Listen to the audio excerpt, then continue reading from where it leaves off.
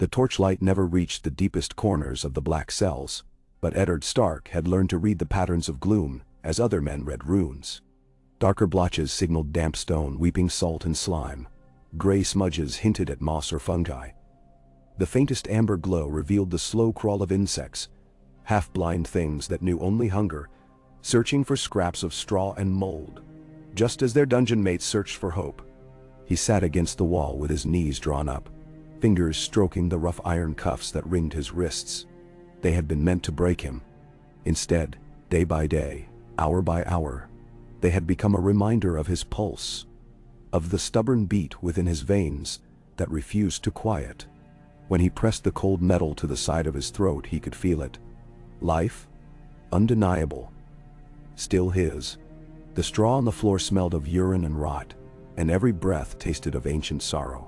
Yet Ned's mind roamed far beyond stone and straw. Winterfell rose before him whenever he closed his eyes. The godswood in mid-autumn, russet leaves drifting in swirling eddies over the pond, the quiet hush of the glass gardens, the gentle voices of Maester Luwin, and old Donella urging Bran's lessons onward. He forced himself to dwell on each image, to polish it within the vault of memory until it gleamed brighter than torchfire. That was how he kept madness at bay. Some nights, when sleep would not come, he named every bannerman whose oath he had accepted beneath the heart tree, tasting each name as though it were a draught of summer ale. They had sworn him loyalty, and Ned Stark had sworn himself in turn. To them, to Winterfell, to the old gods, and to his own stark sense of duty. Duty still bound him, fettered far more tightly than the iron manacles upon his wrists. A soft scrape outside the bars drew him back to the present. The routine was predictable. One guard a day with a bowl of thin gruel, sometimes twice if the kitchens had surplus. But this footstep was slower, measured, almost polite. Ned shifted in the straw, listening. The lock gave a muted click, and a round silhouette slipped through. The lantern hooded so the beam would not carry. The scent of spiced oils preceded the intruder. "Aristotne. Lord Eddard." The eunuch's voice was a sigh, scarcely louder than a thread in the dark. "You endure." "As men do," Ned rasped. His throat had grown hoarse from disuse. Words scraped like gravel. He rose. Stiff-limbed, chains clinking. Varys glided forward, robes whispering along the floor. His lantern revealed a face as serene as polished wax. "There is news." He glanced back through the door strap, ensuring privacy, then knelt and set the bowl upon the ground. "Take your sustenance, my lord. The queen no longer counts your days carefully. Joffrey has grown bored of your name." Ned knelt too, the iron biting into his ankles. From habit, he checked the bowl first. Gruel with flecks of barley, and something else. So small a twist of parchment that it might be mistaken for a shred of leaf. He lifted it delicately, disguising the motion in a cough. "They think me broken," Ned murmured. "Indeed." Varys tilted his head. Men often mistake silence for surrender. Ned ate slowly, letting the gruel coat his tongue while his eyes remained on Varys, weighing every word. "Why risk yourself? The realm," Varys whispered, "is a fragile glass bauble wobbling on a child's fingertip. A breath in the wrong place, and it shatters. Better to nudge it gently toward a steadier hand." "Mine?" Ned's smile held no warmth. "My hand was severed the day your queen seized my sword." "Severed, perhaps, but not burnt." Varys's gaze flicked to the chains. "There are yet sparks that may be fanned." He rose. "E8, my lord. Remember." He slipped away. Ned stared at the doorway long after it swung shut, until the clang of bolts echoed up the hall. Only then did he extract the parchment shard from beneath his tongue. The letters were minuscule, cramped between stains of broth. "Icy winds rise. Seeds of the north still sprout within these walls. Trust the cat. When night sings thrice, press the stone." A puzzle, but Ned's pulse quickened nonetheless. Seeds of the north. He thought first of Sansa, still hostage in the Red Keep, dutiful and terrified. Arya, lost somewhere in the streets perhaps, a shadow underfoot. Or maybe the message pointed elsewhere, to men unbroken by distance. Jory's cousins, the kennelmaster's son who had ridden south disguised as a footman, or some other loyal soul buried in the kitchens. Trust the cat. Sir Roderick had once called himself an old Tom, but Roderick was leagues away on the wind-swept deck of a cog bound for White Harbor. Cat, cat. Could Varys mean Cat herself, Catelyn? But she was in the Riverlands waging a desperate diplomacy. Ned tucked the parchment beneath the straw, careful not to crush it, and emptied the bowl noiselessly. The hours that followed were marked by silence as dense as a northern snowfall. Ned counted 3 sets of steps in the corridor, the changing of the watch. Each time he listened for voices, for any hint of talk that might reveal alliances. But the Lannister guards spoke only of dice, ale, and the red silk they'd squander coin on come payday. He waited until the entire wing fell still, then set his back to the wall and closed his eyes, letting darkness within meet darkness without. In that hush, he felt the song of the north hum beneath his breastbone, an echo of winter wolves and hoarfrost birch, a rhythm older than thrones. High above, in the Queen's ballroom, Sansa Stark danced the dance of survival. She no longer imagined herself a lady of songs, twirling in moonlit gardens. Now, she measured each curtsy as if it were a blade's length, each smile as if weighed on the scales of the stranger. Cersei observed from her raised dais, Joffrey reclining like some lean young manticore across her lap. Sansa's gown of pale blue silk shimmered beneath chandeliers, and her neck was heavy with the weight of a new choker. Rubies too large, a Lannister's flaunting gift.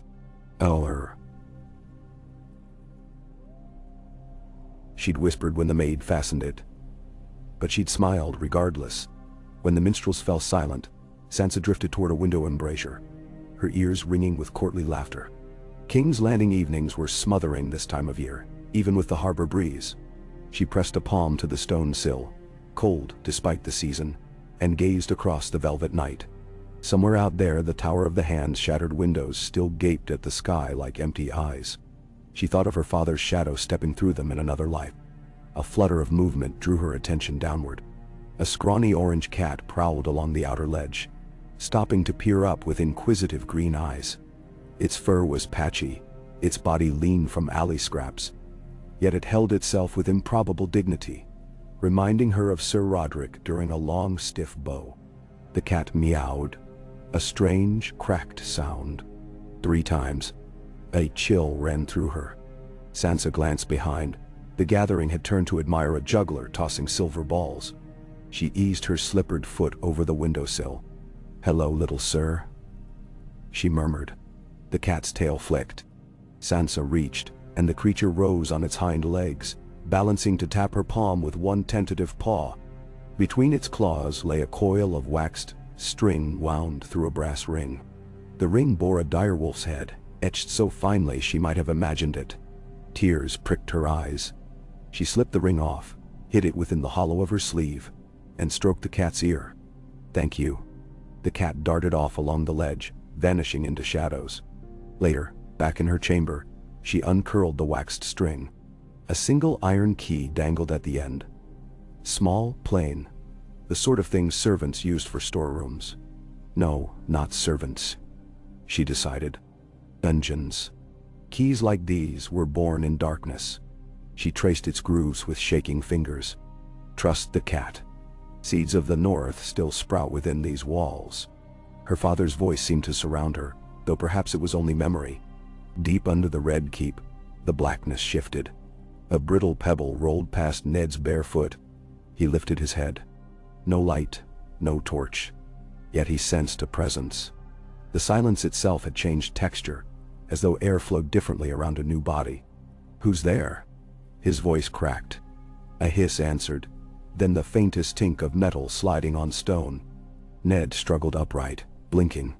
The door's outline smoothed darker than blackness. He strained, and in that space of almost sound he detected breathing. Too measured for a guard's boredom, too deliberate for a rat's scuttle. "Speak," he demanded, low. Something scraped again, followed by a whisper so soft it might have been the dungeon's sigh.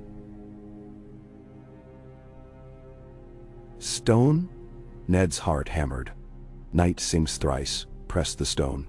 He shuffled sideways, chains dragging, until his fingers met the wall. He searched blindly, palms sweeping upward. The masonry felt seamless, unbroken, until his thumb caught a shallow indent the size of a child's fist. He pressed. Nothing. He pressed harder, twisting. A grind answered, stone sliding against stone, and a slab shifted inward with a muffled groan. Air rushed past, stale yet free of mildew.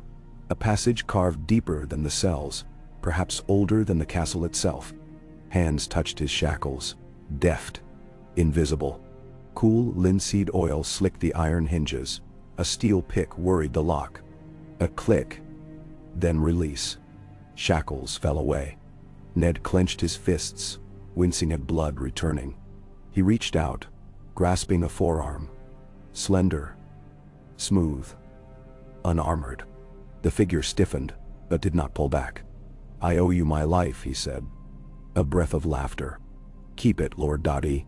You'll have need of every scrap." The voice was neither boy nor girl, accented by docks and markets. Down the steps and left. Third turning, then crawl. When you see the worm's lantern, stop. Wait for the candle to tilt thrice, then follow, understand? Ned swallowed. "Why?" "Winter," the stranger murmured, "does not wait for kings," and was gone. He lingered only long enough to snatch the ragged blanket from the straw. Dot, dressed in rags, face crusted with grime. He would not pass for any lord, but in darkness every man was a shade. He slipped through the stone maw. The slab sealed behind, erasing the dungeon. The passage dipped, spiraling. He descended barefoot, toes numb.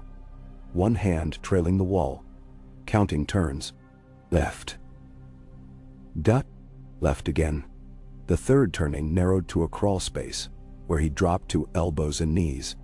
Cobwebs clung to his hair. Somewhere ahead, a pinpoint glow trembled. He waited until the candle within the lantern tilted once, twice, thrice. He crept on. The lantern hung from a hook beside a low circular door of ironwood. Beneath it crouched a figure swaddled in coarse robes. The worm's lantern, he realized. The figure's hood turned. Ned recognized Varys by scent alone. "You made haste, Lord Stark. You provided motivation." Varys tugged a cord. A hatch in the floor yawned. Below, quick. "My little birds, chirp of an inspection. You shall be missed soon enough." Ned lowered himself into a chute that smelled of damp cedar. He felt Varys descend after and slide the hatch shut overhead. Total darkness. Yet Ned sensed machinery, the tick of cogs. Varys struck flint. A blue flame fluttered, revealing a cramped cellar braced with oak beams. "The Queen believes this level abandoned since Maegor's day," Varys said. "One of many secrets the Red keep guards poorly." Ned flexed his wrists, raw flesh burning. "If Cersei finds me gone, she will scour the castle. She will scour the cells," Varys corrected gently. He lifted a bundle. Boiled leather jerkin, plain breeches, river brown cloak, dress. "You are no longer a prisoner." "Nor yet free," Ned countered. But he obeyed, stripping quickly, shoving aside shame as the eunuch turned aside with courtly tact. The leather hugged his ribs. He laced boots stiff from disuse. Someone's hunting cast-offs, but they fit well enough. Varys produced a dagger, slender as a quill. "Steel for iron wolves," he murmured, pressing the hilt into Ned's palm. He hefted it. A mere adornment against plate-clad Lannister guards. Yet it felt wondrous to hold honest metal. "We have allies," Varys said. "Not many, but enough to tilt a scale." "Who?" "A minstrel with sharp ears. A washerwoman who loved your lady mother once. A master of whispers, though some speak ill of him." The eunuch's smile was rueful. "Even a spider can spin for honor, if the wind is right." Ned studied him. "You risk everything." "The realm," Varys replied simply, "belongs to the living, and I prefer it remain so." Ned could not argue. He tucked the dagger beneath his belt. Where to now? The gardens first. There's a postern gate beneath the cliff. But we need not leave the castle tonight. Better to nest where lions least expect prey.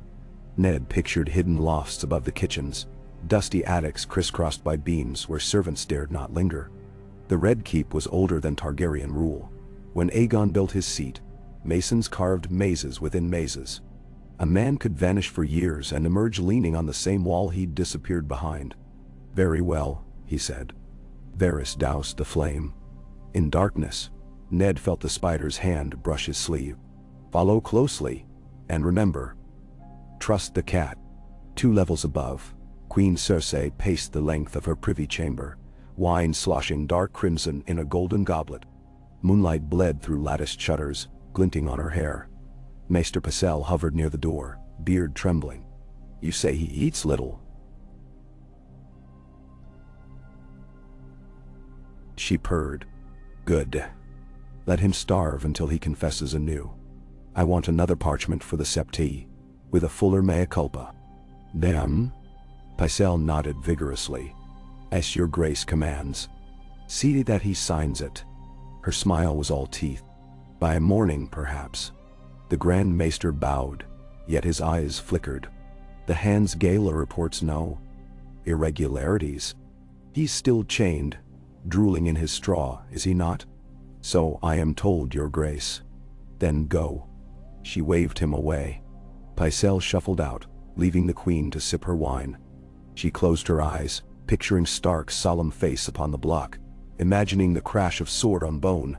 The small folk would gasp, but they would learn that lions bite last and hardest. She lifted her goblet, inhaling the wine's sharp scent. Soon, she promised herself. Very soon.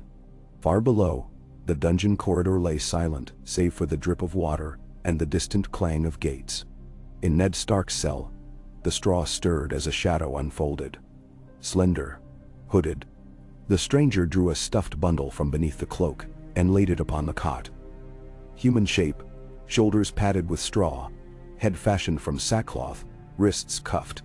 With nimble fingers, the stranger arranged the blanket, so the dummy appeared to breathe.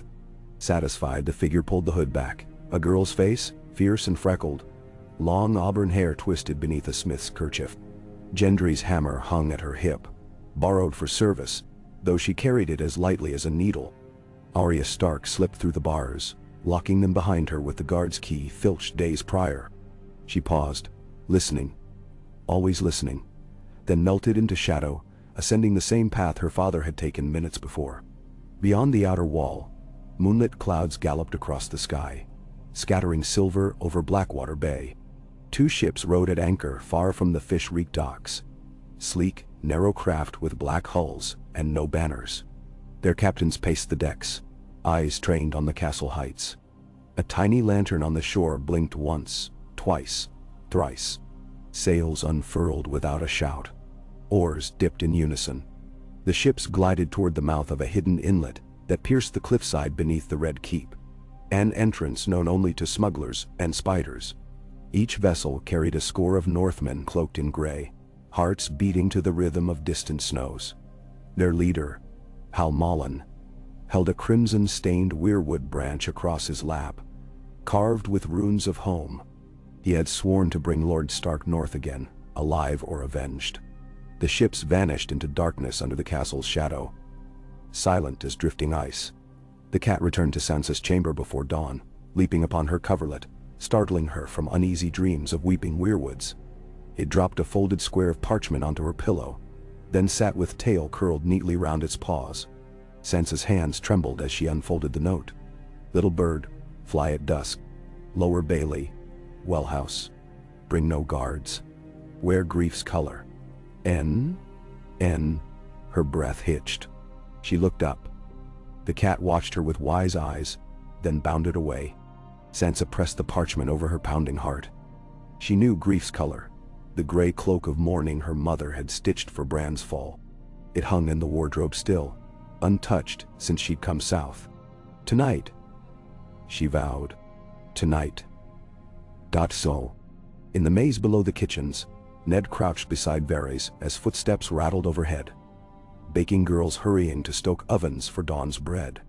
Varys traced lines upon the dusty flagstones with a gloved fingertip, outlining routes through sculleries, laundry corridors and servants' stairwells. "You will need a sigil," he murmured. "Something to rally bannermen once we step into moonlight." Ned considered. A wolf would shout too loudly. Then we whisper. Varys agreed. He reached inside his sleeve, producing a pale brooch shaped like a wolf's paw. Soapstone. Unremarkable. White for winter. Wear it beneath your cloak. Betty.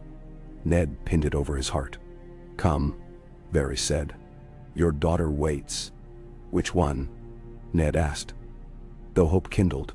"A little bird." The eunuch smiled. "With talons." They slipped into a voiceless corridor lit only by embers banked for morning. Smells of dough and sweet cream drifted from the bakery, masking their passage. At a junction, Varys halted, listening. An unseen signal, perhaps the shuffle of broom bristles, sent him forward. They passed a laundry where sheets hung like ghosts, a wringer creaked hiding their footfalls. When they reached the well house, dawn stained the sky, pale rose. Boots scraped on cobbles. Ned's hand fell to his dagger. A cloaked figure stepped beneath the arch. Slender, gloved fingers clutching the well's rope. Sansa pushed back her hood. Moonlit tears shimmered on her lashes. "Father," she breathed. He crossed the courtyard in 2 strides and seized her, crushing silk and grief alike between his arms.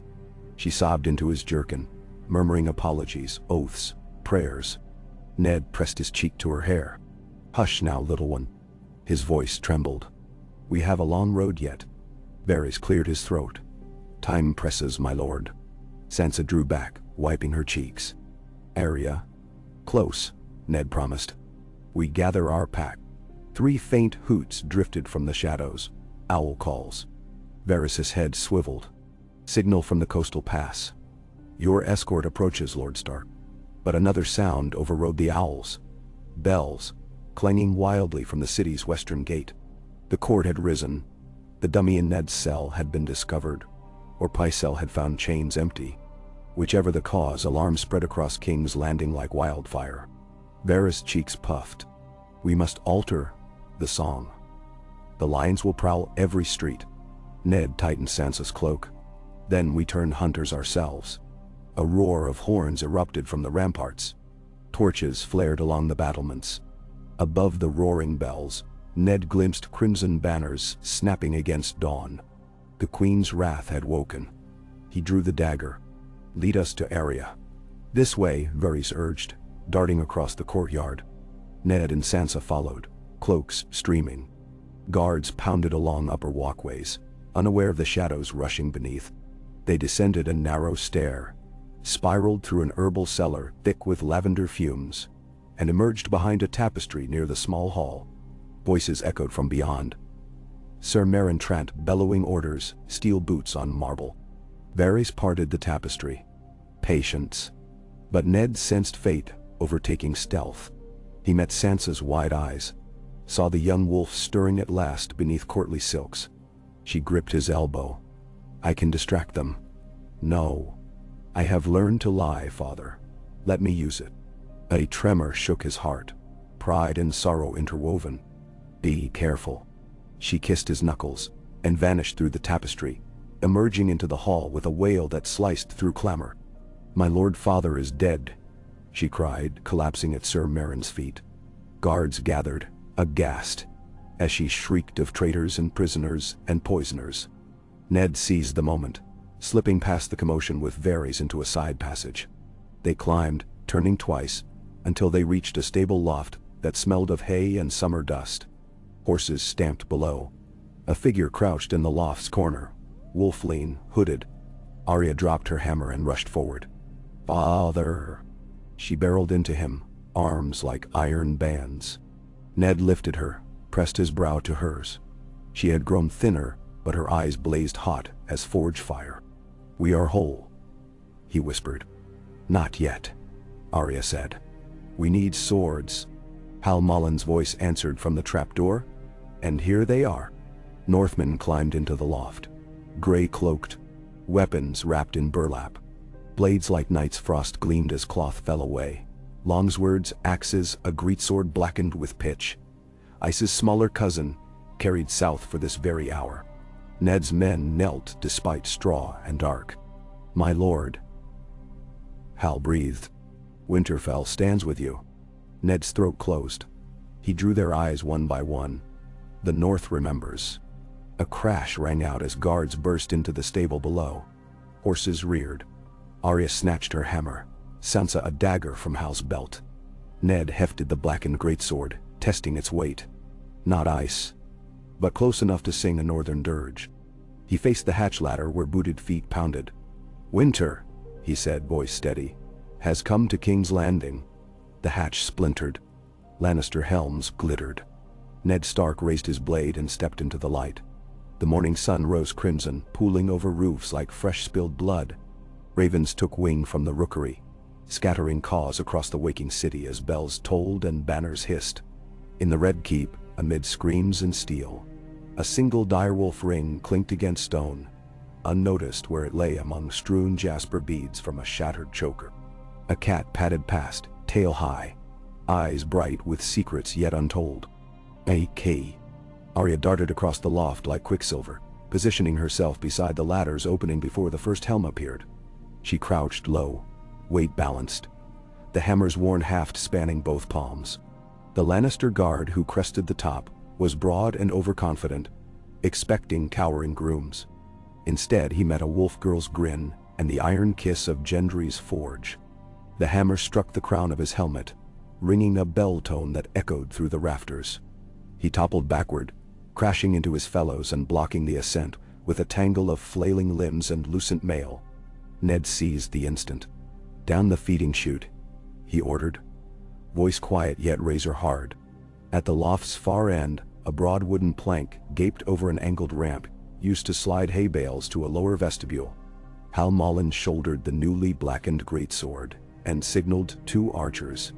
They loosed quick shafts into the ladder well, where more crimson and gold pressed upward. Screams followed. Arya pulled the ladder's rope cleat free. The ladder slammed shut and bolted in place, buying breaths, not minutes. Below, horses shrieked. Spooked by blood smell and clamor, Ned eyed the ramp. Arya first, then Sansa. "Hal, rear guard until I'm down." "And now." Sansa wiped sweat from her brow with an unsteady hand, but did not hesitate. She sheathed the dagger at her hip, a little thing that suddenly felt momentous, and gathered her skirts. Ned gripped her shoulders. "Slide. Keep low at the end. Roll right. Go." She nodded once and glided onto the polished planks. Gravity snatched her. She whistled downward in a rustle of silk and wool, disappearing through a square aperture into the lower level. Arya followed with a whoop, boots skidding as she crouched, using her hammer as both rudder and brake. At the mouth she tucked, vanishing. Hal counted 2 heartbeats, then lifted the heavy crossbar from the loft's narrow side door.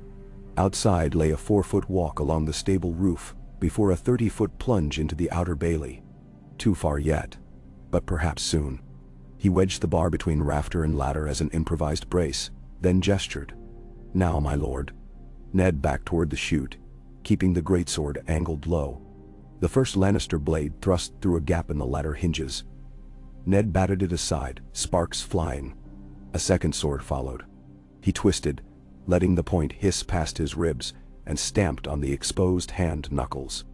A howl answered. He slashed downward, cutting flesh. Blood splattered straw. Behind, Hal fired again, arrow point slamming through a visor. "Go," Hal barked. Ned planted a foot on the plank, lowering the sword along the chute wall so the edge would not catch. Dust and chaff erupted around him as he slid. Momentum built, roaring past his ears, cloak snapping like sailcloth. At the aperture he tucked one shoulder, rolled and landed on hay bales with a jolt that rattled his spine. The lower vestibule was gloom lit by lance windows. Arya knelt beside Sansa, both already scanning for exits. 3 Northmen, Harwin, Jax and Stepper John, guarded the arch below, their steel barring a pair of stable hands who trembled against stall doors. "We'll not harm you," Ned told the boys, voice pitched to command and reassure together. "Stay flat. Hold your peace." One nodded, wide-eyed. The other gulped and slid to his knees. Hal came last, sliding one-handed while he loosed another arrow upward. He hit the straw heap, rolled smoothly, and snapped to his feet. "They're hacking the ladder," he warned. "Minutes, maybe less." Ned strode to the arch. Beyond, a long straight hall led into the mews that serviced ravens and royal hawks. From there a gangway joined the cliff stairs descending toward the secret inlet. But bells still clamored and horns called musters. Every corridor might swarm with red-cloaked guards now. Varys emerged from behind a stall, dusting hay from his sleeves. His calm seemed unearthly in the chaos. "Your Grace," he said, whether to Ned or a private vision of the realm was unclear. "The princeling Joffrey breakfasts in Maegor's Tower. An unguarded moment, save 2 Kingsguard and a handful of squires." Ned considered, brow furrowing. Joffrey's capture could force leverage, but each detour bled time and risk surrounding. Our aim is escape and rally. The coup waits until we hold ground. Arya shook her head fiercely. "Strike now, father. Iron is hot. Too soon." He laid a steadying hand on her shoulder. "I'll not gamble your lives on one boy kin." Arya's lips pressed thin, but she nodded, the wolf submitting to Alpha for now. Varys stepped closer, voice low. "The royal armory is reachable through the Mew's antechamber. Spare plate shields, perhaps even Stark steel taken when ice was broken. You will need arms whichever path you choose." Hal approved. "A war without blades is no war." Ned looked to Sansa. She held his gaze, blue eyes clear despite the dust on her cheek. "We follow your judgment."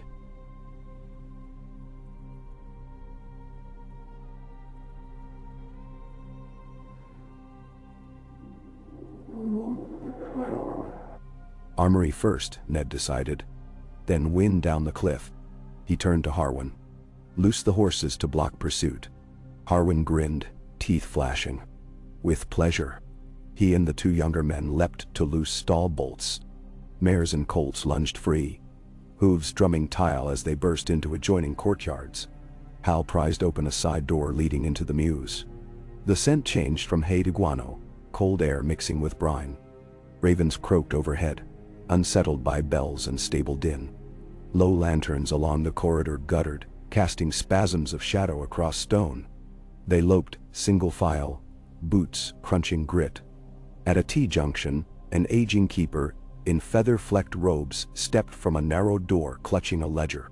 He froze, quill suspended mid-stroke. Varys murmured, "Maester Peterkin, your silence for the realm?" The old man blinked behind round spectacles, then held a gnarled finger to his lips, and slipped back inside, shutting the door without a sound. The armory antechamber loomed, a thick oaken door banded in black iron, usually warded by a triple lock mechanism. Tonight, however, the top bolt hung ajar, perhaps a lingering laxity born of capital complacency. Arya pointed. "Look." They left it. Ned frowned at fortune so convenient, then realized. Varys birds again. He met the eunuch's mild eyes. Varys merely lifted one shoulder, as though a door unlatching itself was as common as dawn. Hal eased the door wide.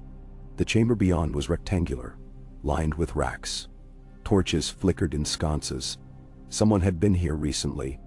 Spears, crossbows, arbalest, standard militia fare, stood in ranks. On a central trestle lay half-dozen longswords, each bound with parchment tags listing scabbard replacements and hilt refurbishments. Arya snatched up one slender blade and swung a testing cut. "Heavy," she muttered, disappointed. She set it down, kept prowling. Sansa, meanwhile, selected a light mail shirt sized for squires and slipped it over her gown, cinching straps beneath her armpits. Strips of linen padding protected collarbones. The mail draped past her waist, clinking softly. She found fingerless leather gloves and drew them on, flexing as though such gear had always belonged. Ned's gaze swept racks until it landed on a chest at the room's rear bearing a twin-tailed lion sigil. He knelt, pried.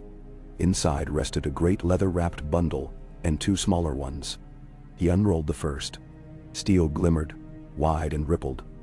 His plate gorget and pauldron set, still bearing the direwolf etching once etched for him by Mikan. A pulse of emotion nearly unmanned him. Arya hovered, breathless, as Ned lifted the pauldron. Dried blood stained the rim.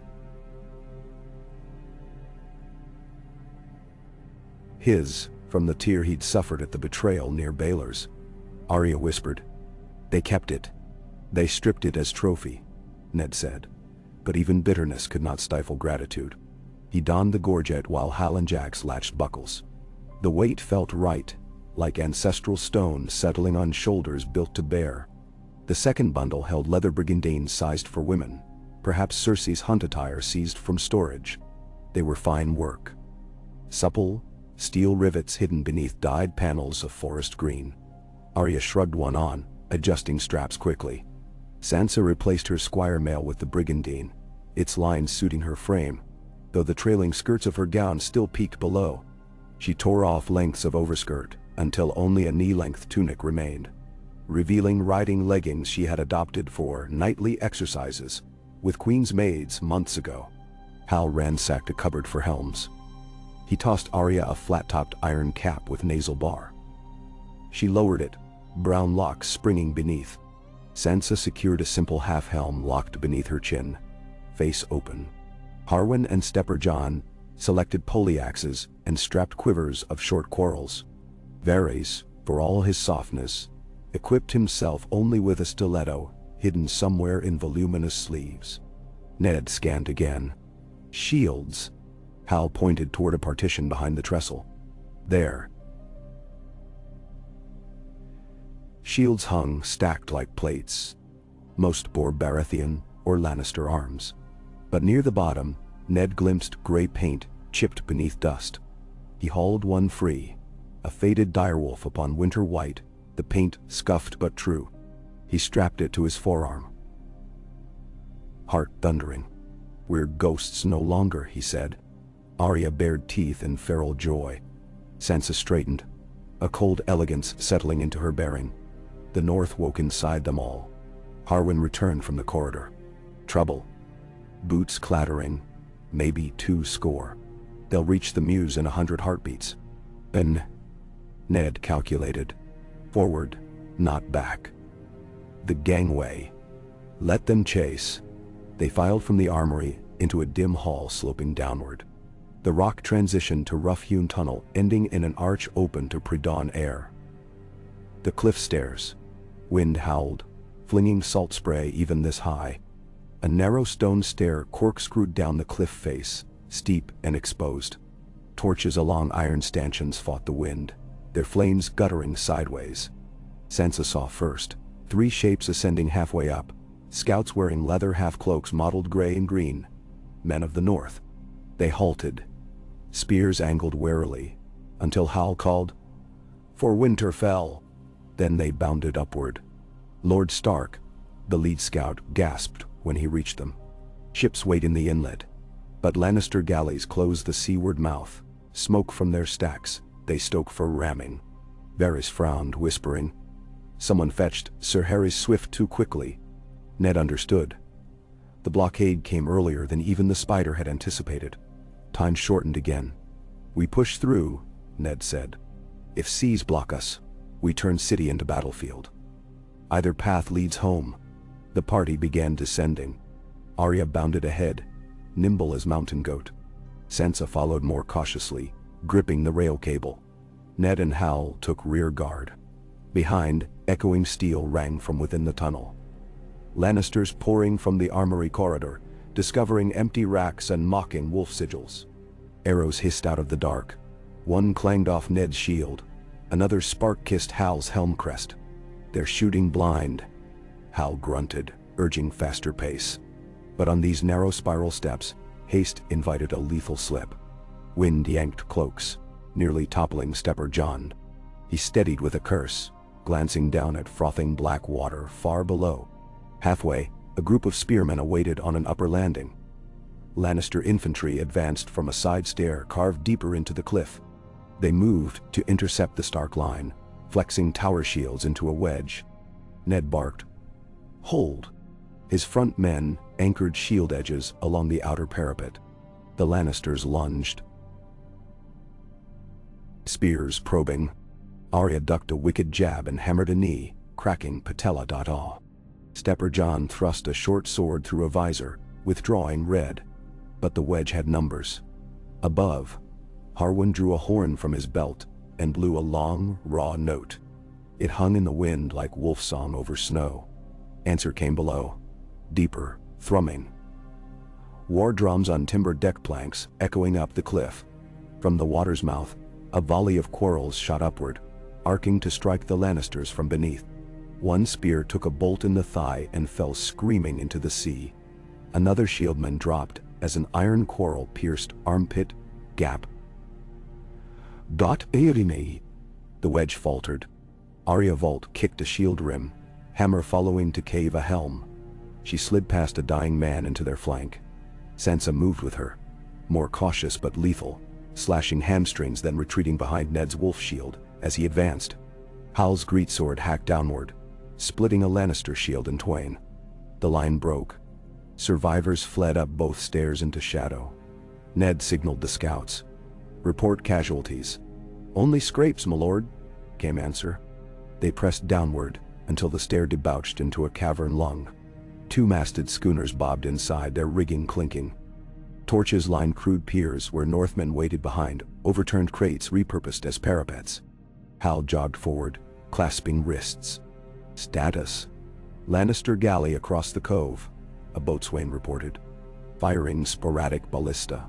Our hulls still sound, but they block open water." Ned eyed the cavern ceiling. A natural arch soared overhead, with a fissure opening into the city's sewer system. He recalled maps Maester Luwin once showed of Aegon's drainage channels. "Could we row inland by sewer spillway?" he asked quietly. "Shallow," the boatswain said. "Masts must strike. Crew would crawl, not sail. But perhaps onto the rush where it meets the street of Flower." "Then?" Varys fingered his chin. "The flea-bottom wharves host countless skiffs. A hidden joust through sewers might birth dozens of wolves in the city's gut." "But daughters," Ned countered. Sansa's glance flicked to his.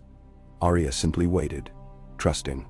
"Send them seaward," Hal offered. "One ship breaks blockade, another faints. Meanwhile, Lord Stark remains to rally small folk." Sansa shook her head. "No block shall keep wolves apart again. We stay together." Her certainty quieted debate. Ned felt warmth within chest. His girls had tempered innocence into adamant steel. "Together, then, we cleave the blockade." He strode the pier, studying the nearest schooner. 30 oars per side, single aft-mounted Scorpion, black hull low in water. A smuggler's vessel built for speed more than fight. He turned to boatswain. "Rig false flag?" "Aye, my lord." Sailcloth with lion rampant stowed below. "We off to pier Lannisport bound." "Invert that. We sail under red and gold to approach them." Ned's eyes narrowed. "Arya, can you hit a bowstring at 40 feet?"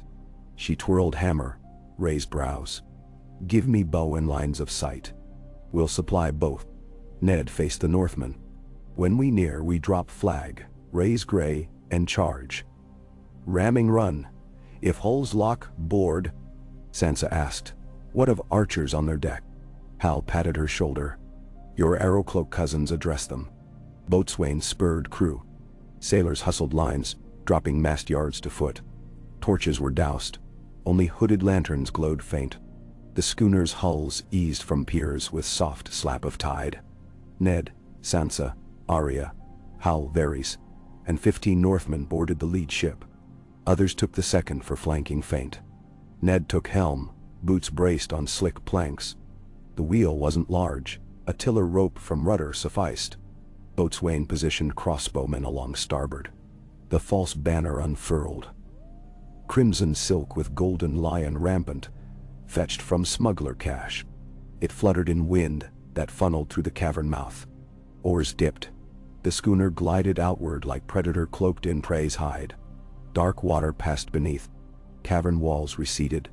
Dawn beyond shone gold upon whitecaps. A single lantern on the Lannister galley swayed. Silhouettes paced rail. The galley was bulkier, double sail, triple scorpion, 40 oars each side. But loaded with heavy gear, she sat deeper, slower. Ned ordered half-speed approach, sails loose as though cruising. Gulls wheeled overhead, shrieking. The galley signaled by horn, 2 blasts demanding identity. Ned raised a hand. A crewman hoisted a secondary Lannister pennon. The galley eased closer, unsuspecting. Arya crouched by foredeck ballista, bow strung across shoulder. Sansa stood at port hatch with quiver for archers. Hal oversaw lines prepared with grapnels wrapped to mute clang. At 100 yards the galley hailed, voice echoing. "Ship, name thy port and purse." Ned gestured slight acceleration. Oars bit deeper, disguised as random wave push. 70 yards. The galley's captain on quarterdeck peered suspiciously, but still accepted twin banners. He turned to confer. 50 yards. Ned dropped his fist. Sansa yanked halyard. The lion banner collapsed, revealing direwolf gray beneath. At the same instant, archers loosed volley. Shafts whistled, piercing unsuspecting sailors. Screams rose. Boatswain roared, "Full power. Ram her!" Oars dug hard. The schooner surged. Arya pivoted ballista. Hal's deputy cranked heavy winch. The bolt, a yard-long steel spear, launched, trailing rope. It smashed the galley's starboard bulwark, embedding deep. Arya's foredeck mate seized rope, hauling. Impact. D. The schooner's prow struck midship of galley with crunch like splitting oak. Men tumbled on both decks. Ned braced behind shield as splinters flew. Grapnels soared, biting railings. Arya bounded the rope, hammer swinging. Sansa followed, blade gleaming. Northmen swarmed after. Galley guards scrambled, forming loose rank. Arya landed amid them, hammer uppercutting a jaw. Bone shattered. She pivoted, jabbed handle butt into stomach, wrenched weapon overhead to parry downward sword, then stomped shin. Sansa stabbed one guard through chain gap at collarbone, withdrew, sidestepped, and slashed again. Her motions economical, almost dancer-like. Ned vaulted next, great sword cleaving in broad arcs that forced enemies back. His shield absorbed bolts from aft scorpion, until Harwin's arrow killed the gunner. Hal Mullen guarded starboard gangway, knocking aside spear thrusts. The galley's captain drew ornate cutlass, charging Ned with roar. Ned parried, lock of blades vibrating from core to wrist. He shoved, kicked knee, snapped cutlass aside, and thrust pommel into temple. Captain staggered but regained, slashing lower. Ned spun shield edge across jaw. Smashing teeth. A short thrust ended him. Ned's breath billowed in the chill. But more Marines emerged from hatches. 15 score men in mail, red cloaks streaming. Skirmish escalated across deck planks slick with gore. Arya disappeared within knot of foes. Glimpses of her hammer erupting between helms evidenced path. Sansa fought near the mast, back to railing, using obstacle to control flanks. 2 Lannisters advanced. She feigned retreat, then ducked under one's swing and stabbed his inner thigh. Blood fountained as hamstring parted. He collapsed. She pivoted, parried second's cut, riposted to ribs. That man stumbled away shouting. Hal rallied archers onto galley's upper castle, turning Scorpion to face harbor. The second schooner, Grey Gale, sailed past, drawing catapult fire from harbor wall but evading. Ned spied the galley's tiller. 2 helmsmen abandoned wheel amid chaos. Without direction, vessel slewed broadside to wind, creaking alarmingly. Ned hustled aft with 2 Northmen, seized wheel, and yanked to starboard. The hull groaned. The schooner still wedged, but as the galley angled, sunlight revealed open channel. Seaward patrols had not yet reached. "Cut free!" he shouted. Northmen hacked grapnel ropes. The ballista line slackened. The schooner's prow withdrew, scraped, and sheared off. Oars backed, slowly clearing. On deck above, Arya regained starboard. Covered in blood spray, eyes feral but focused. She caught Father's nod, sprinted toward rail, leaped, and landed on schooner deck. Sansa followed, stumbled on landing. Hal steadied her. Ned leapt last. "Cast off," he commanded. Grapnels cut. The schooner drifted. Grey Gale wheeled behind, blocking Lannister deck archers who sought vantage. Volley of Stark arrows ripped into them. The galley's deck burned where scorpion oil had spilled and caught fire. Sailcloth smoldered. Officer lines collapsed into confusion. Wind filled schooner's sail. Oars pulled, accelerating. They skimmed past the flaming galley into open bay. Harbor forts belched horns. A shore-mounted catapult loosed. Stone splash geysered 50 yards aft. Another shot overshot, splintering mast top but not to masting. Crew cheered. Arya laughed wild. But Ned's gaze lingered on city wall. Smoke columns rose within the Red Keep itself. Someone had set stables ablaze, or perhaps blazing arrows from mezzanines seeking them had missed and fired hay stores. The lion's lair burned. Varys emerged from hold, sea legs unsteady. "A bold stroke, my lord. Yet the queen will spin betrayal into treasonous Northman assault. That your daughters will be declared hostages to crown once she learns they sail with you. Let him show. Let her declare," Ned said. "Truth sails too." He called scouts around the quarterdeck table. Ruplanks lashed with rope, spreading a chart of Westeros coastline. "We steer for Gulltown first, gather Aaron aid, then north along Fingers to White Harbor," he outlined. "Robb holds Winterfell with Grey John and Sir Roderick. He must muster bannermen, march south. We shall meet along the neck." Sansa frowned. "Robb will need proof of your survival. Ravens may be seized." Arya tugged chain from neck. A flat wooden token carved like a running wolf.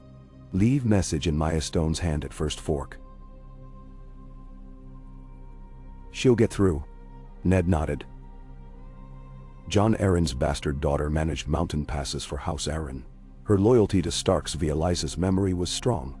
Varys coughed delicately. "And if the Vale bars entry, Lady Lysa is unpredictable. Then 3 sisters," Ned decided. "Smugglers there owe Davos Seaworth markers. He will open path." The plan formed ripple by ripple. Hour by hour they skirted smashing surf along black cliffs, staying beyond catapult range. By full day's sun they were north of Dragonstow's hazed silhouette. Still, Ned kept watch for crimson sails, lion galleys in pursuit. In those quiet hours, the ship's deck became court and keep. Sansa helped physician Brog bind wounds, sewing gashes with sure fingers. She learned names, listening to tales of snow and harvest. They, in turn, looked upon their little wolf with awe. No longer the timid bird rumored, but a lady tempered by steel. Arya perched on bowsprit, hair streaming, scanning horizon for threats. She sparred with Stepper Jon when calm seas allowed, hammer against cutlass. Every bout ended with Arya's grin pressed to his throat before he yielded. Hal assumed master-at-arms, drilling archers on rolling decks, teaching footwork adapted for shifting boards. Ned walked among men, heart swelling as he absorbed cadence of their voices. Each man's loyalty weighed on him like new mail. Heavy, reassuring, able to stop spears. Night fell violet. Lanterns dimmed, ships swayed. Sansa found Ned at starboard rail, gazing toward the moonlit sea. "Father," she said softly, leaning beside him. "I never truly understood you until today." Ned shook head. "I pray you never understand fully. Duty is forged in pain." He paused, added, "You wield it well." She rested her head against his pauldron. "I miss Septa Mordain, yet I thank her teachings now. Courtesy is a lady's armor, but a lady must choose when to trade silk for steel." Footsteps approached. Arya, barefoot, holding 2 steaming mugs of bouillon, pilfered from galley. She handed one to Sansa, the other to Ned before perching cross-legged atop the railing like a cat. The girls exchanged glances, no longer sisters parted by dream and tomboy impulse, but points of the same blade. Ned sipped, tasting garlic and marrow. We'll have leaner fare soon. March rations, oats and salt pork. Arya shrugged. Better than flea-bottom pies. Sansa asked quietly, what of mother? Of Bran, Rickon. Robb guards Winterfell. Your mother rides the Riverlands seeking alliances. He sighed. We steer to meet them, to pull threads into rope. Wind shifted. Distant gull cry. Ned turned aft where Varys conversed with Hal near stern lamp. The spider's whispers danced like invisible currents. Ned studied him, pondering trust's boundaries. Varys had risked all to free him. Yet is any spider truly friend? The question would linger. 3 days later, the schooner anchored off Barren Cove under rocky crags near salt pans. They rowed ashore under moon. A half-ruined watchtower awaited. Ancient first men stones tumbled, but guarding a hidden path inland. Scouts reported Lannister outriders on King's Road south of Trident, searching. Ned assembled his corps. 20 Northmen, daughters, Varys. Grey Gale would sail on as decoy toward Gulltown, drawing pursuit. Ned's party would trek goat tracks through Hills of the Moon, then angle for Bloody Gate. Boatswain Tarlin accepted decoy duty, hoisting false wolf-head rags as bait.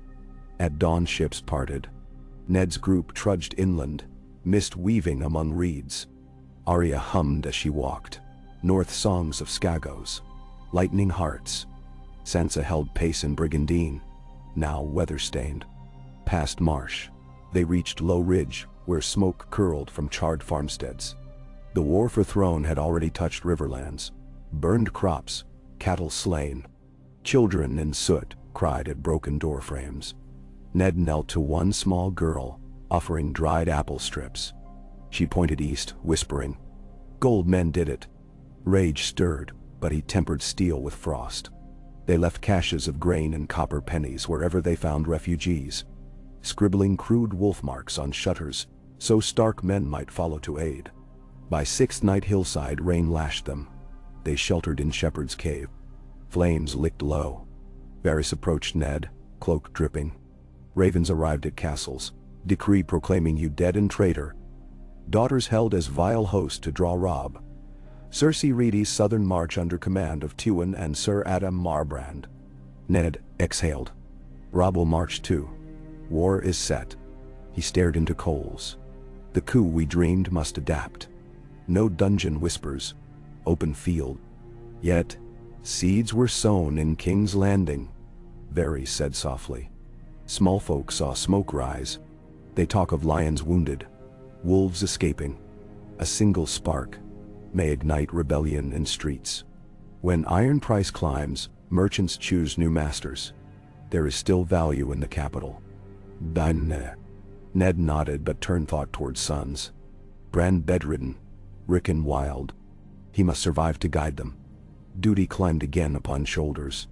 Morning saw them ascend switchbacks toward High Heart. An ancient crone in ragged blanket awaited beneath leafless hilltop oaks. The ghost of High Heart, eyes red as embers. She greeted Ned by name, though never having met. "Wolf father?" She croaked. "I dreamed you'd die, yet you walk." She sniffed, tears trickling. But flesh may outpace dream only so far. Beware the burning stag, for his light hides shadowed knives. Bedin. Ned offered thanks, though riddles weighed heavy. Arya asked the crone of sword names. The crone smiled toothless. "Girl wolf, you'll taste black water and red showers, ere your eyes close."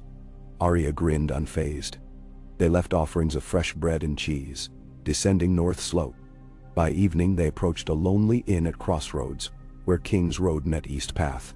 Smoke from chimney promised soup, but stealth demanded caution. Harwin scouted. He returned tense. Innkeepers friendly but Lannister patrol beds inside. 10 men. Ned considered bypass, yet horses needed fodder. He devised alternative. Approach openly. Claimed to be miners bound for Erie, carrying silver ore samples. Varys disguised himself as master of accounts. Ned donned wide-brim hat, greased beard with soot. Sansa feigned mute sister. Arya slipped into rafters. They entered common room. Lannister surgeon lounged by hearth. He eyed newcomers, but waved, bored.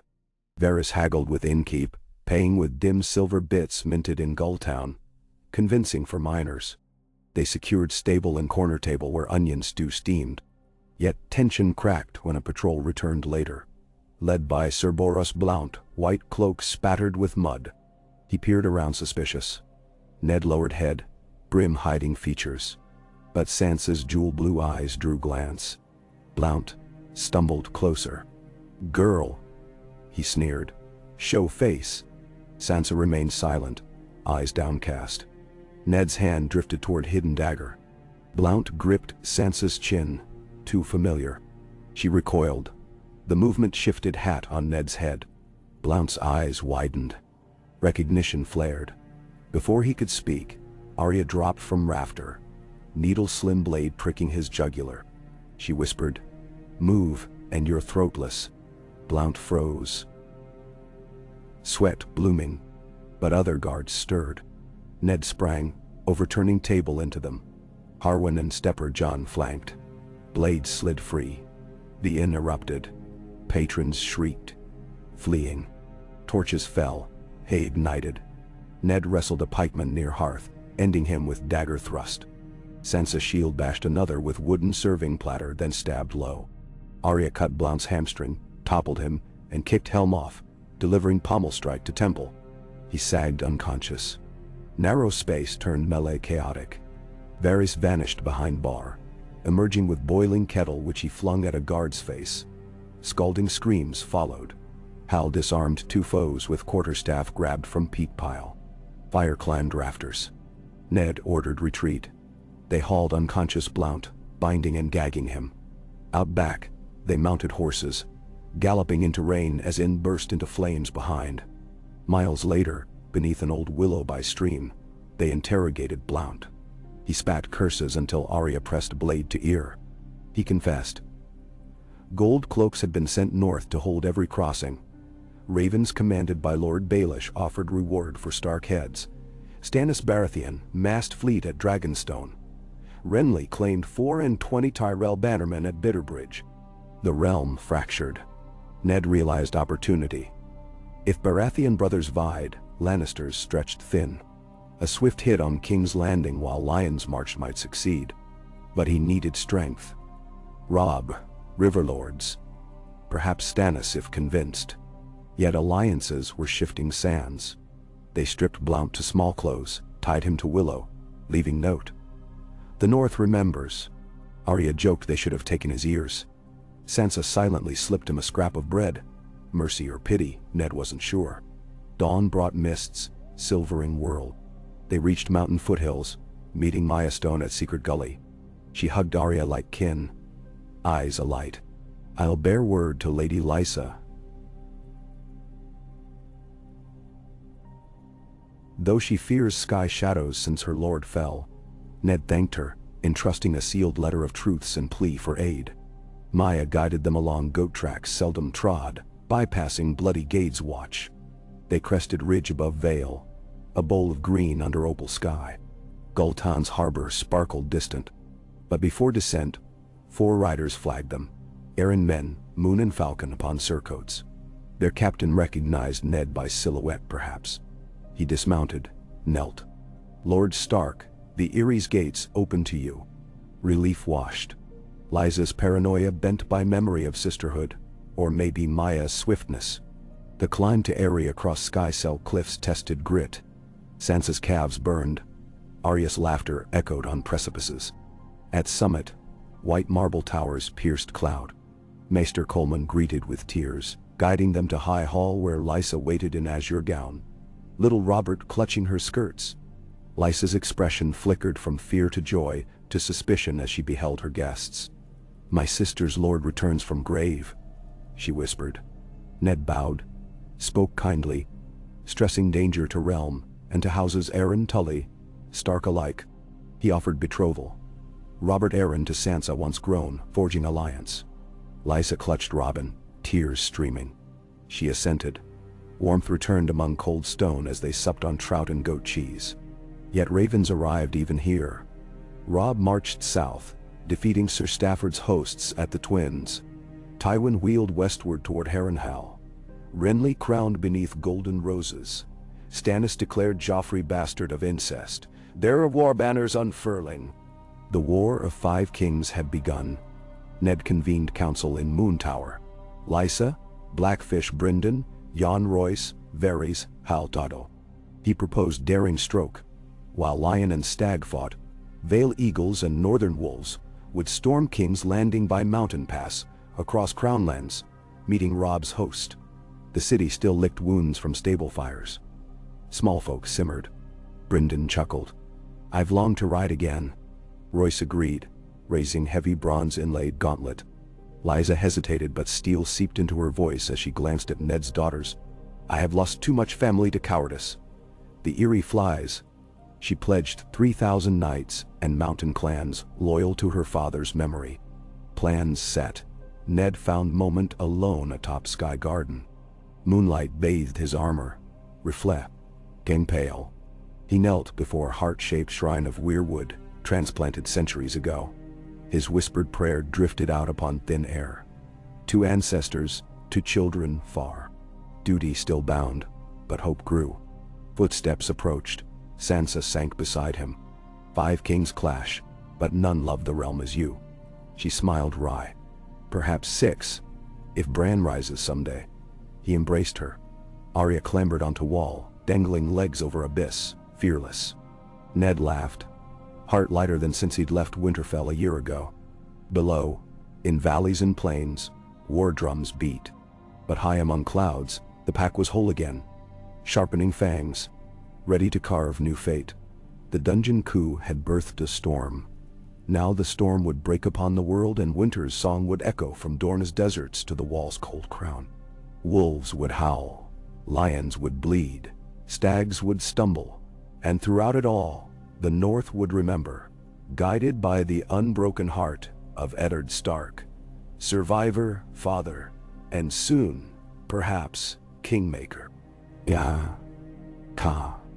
Wind roared around the Eyrie's slender spires like some great invisible river rushing between sky and stone.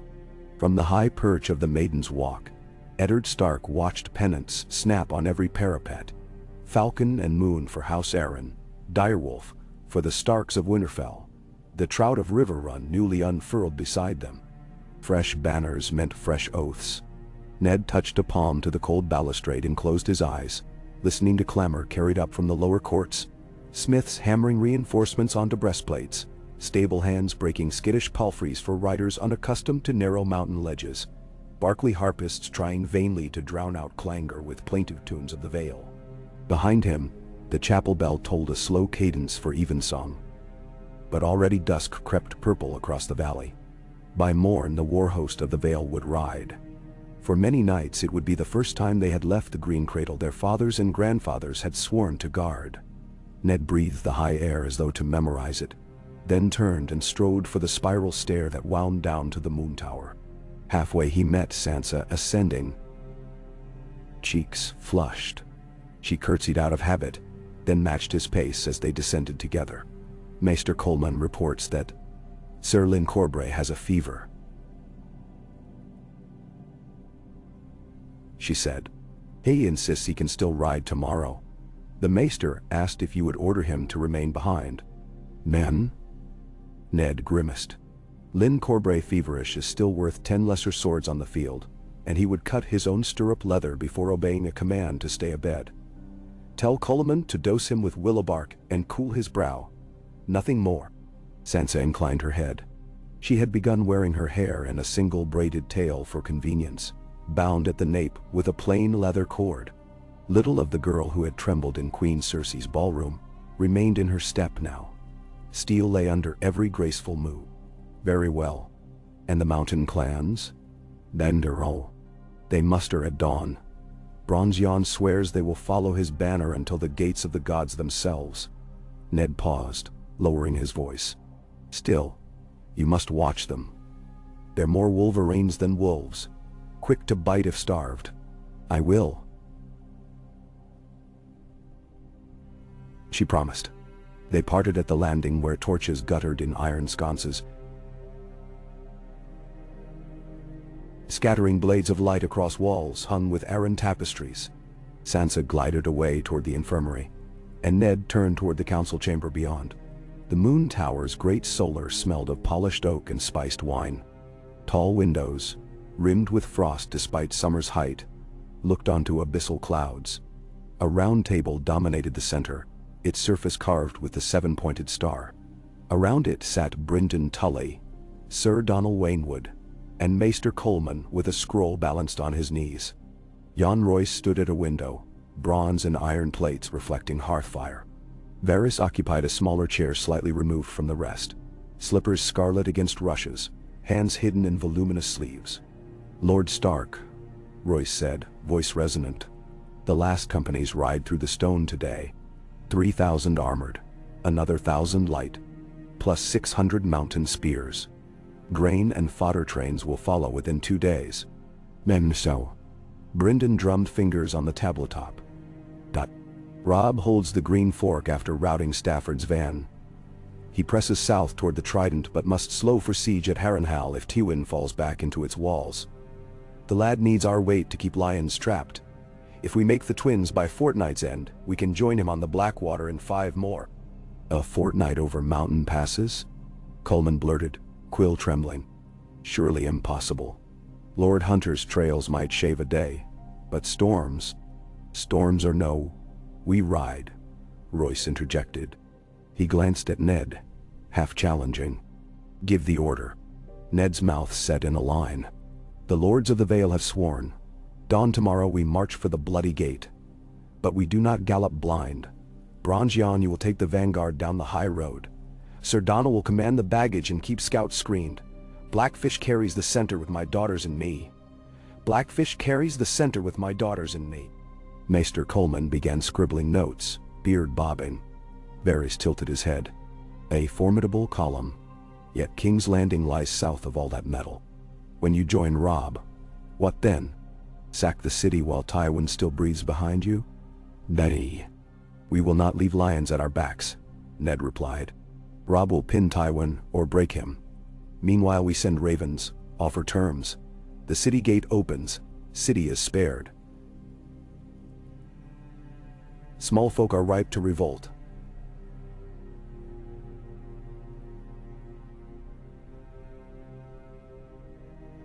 Half would fling dung at the queen if they dared. A direwolf and a falcon on their walls will give them courage." Royce's brow furrowed. "If the city closes its gates, then we play the game my wife's brother once favored." Ned's fingers traced the rim of the table. "Cut their food. The crownlands yield grain enough, but riverlands can be scoured. A starving lion cannot roar." He looked across to Brynden. "And those gates will open." Varys spoke, voice a silk thread. "Assuming the boy king survives Renly's green and Stannis red, both gather south and east, burn ships near Storm's End, tongues wagging of shadowy lions slain in their sleep. Rumors have claws." Ned met the eunuch's eyes. "In chaos, the realm needs a steady hand. That is why we move." The council soon dissolved. Men dispersed to final tasks. Ned lingered with Varys, who watched storm clouds bruise distant horizons. "You risk much to stand at my side," said Ned. "I risk everything," the eunuch answered calmly. "But I too was raised on tales of brave lords who died so common men might sleep safe. I would see at least one tale end differently." With a rustle he rose. "I'll inspect the ravenry. Messages must fly on the hour tonight." Ned nodded. He left the tower and climbed narrow flights to Arya's training yard, cut into raw mountain rock like a stone nest. Pinewood torches ringed the perimeter. Under their flare Arya danced with Syrio Forel's shadow. Footwork fluid as melted ice. Hammer swapped for a borrowed Bravo's blade to keep muscles guessing. Stepper John sparred opposite, breath puffing. They exchanged rapid thrusts, laughter glinting between. Ned leaned on the low wall until Arya disarmed her opponent, blade tip resting at John's throat. She looked up, cheeks flush, and grinned. 7 times, Stepper. she panted. "You still drop your left shoulder." John bowed sheepishly. Ned approached. "Enough for tonight. Sharpen steel, then sleep." "Then? Dan? Sleep." Dot. Arya wrinkled her nose. "The world readies to burn. Who can sleep?" But she obeyed, collecting practice blades. He walked her from the yard up a covered rampart. Stars were beginning to kindle, blue fire on black velvet. Arya fell silent until they paused beneath a watchlight. "Will we really reach Rob so quickly?" she asked. "That depends on every man's discipline." He touched her chin. "Yours included. When war horns blow, you fight in formation." She sighed like a scolded pup but nodded. "So long as formation moves fast." He smiled. Together, they descended to family apartments carved deep within the cliff. Branched lamps threw weak light on smooth walls. Sansa was within, reviewing supply ledgers with Lothar Brune, one of Littlefinger's old men who had sworn to the errands after Lord's demise. She raised her eyes and accepted Arya's sword with a weary half-smile. That night Ned knelt before bed, whispering an old prayer taught by old Nan. For sharp minds, strong arms, and merciful fates. He ended with a promise. To return South Newborn, to set the realm right or die in the attempt. Dawn filtered through ragged cloud breaks when the gates of the Eyrie opened. Columns wound down the giant's lance in single file. Steel points glinting, hoarse snorts echoing across precipices. Bronze armor and barded destriers, banners twisting in high updrafts. Ned rode with the center on his gray courser. Sansa flanking on a rangy chestnut, Arya bounding ahead on a shaggy mountain pony she'd named Nimiao. Below, at the bloody gate, clansmen in patchwork, hides jostled eagerness. They banged shields with stone axes, chanting in guttural tones. Bronze Yon's stern sergeants marshaled them onto the flanks of the column. The Vale Knights glanced askance, old rivals now sudden allies. But war's alchemy forged unlikely metals. Past the gate, the gold road zigged down foothills. By noon the army sprawled across fertile valleys dotted with sheep pens. Children gaped from fences at the host's passage. Some cheered, others fled. Septons came forward with holy water for blessings. Ned accepted, though he felt colder for it. He dispatched ravens ahead to Lord Harroway's town, securing barges for the Green Fork crossing. 2 nights later they bivouacked near 9 Stars, pitch sending sparks into moonless sky. Ned walked perimeter, trading words with sentries. He halted when he found Sansa sitting on a fallen cedar, quill scratching across parchment, lit by hooded lantern. "Writing to Mother," she said without looking up. "News of our escape may have reached her, but rumor breeds fear. I tell her the truth." He nodded, sat beside her, and listened as owls murmured. "Include where she can send Raven," he suggested. "The twins, perhaps?" Sansa paused, dipped quill anew. "If she can reach a rookery." The riverlands burned. "Then?" "Your mother thrives in fire," Ned said softly. "She will find a way." The march resumed at dawn. Streams of dust rose behind hooves. Scouts reported villages stripped, orchard fruit left to rot, carcasses of sheep wasted. Lannister foragers had crossed the Trident weeks ago. Ned ordered wagons to carry what grain remained to feed small folk following his tail. They trailed like pale ghosts, pushing handcarts, clutching children.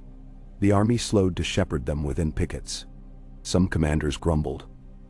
Ned silenced them with a glance. "If we cannot guard the innocent, we have no right to brandish swords," he told Royce. Storm clouds mounted on the 5th day, thunder rolling across flatlands. The column slogged through sticky black mire until carts sank to hubs. Royce called halt. Labor detachments laid logs for traction. Rain hammered helms. Lightning slashed purple skies.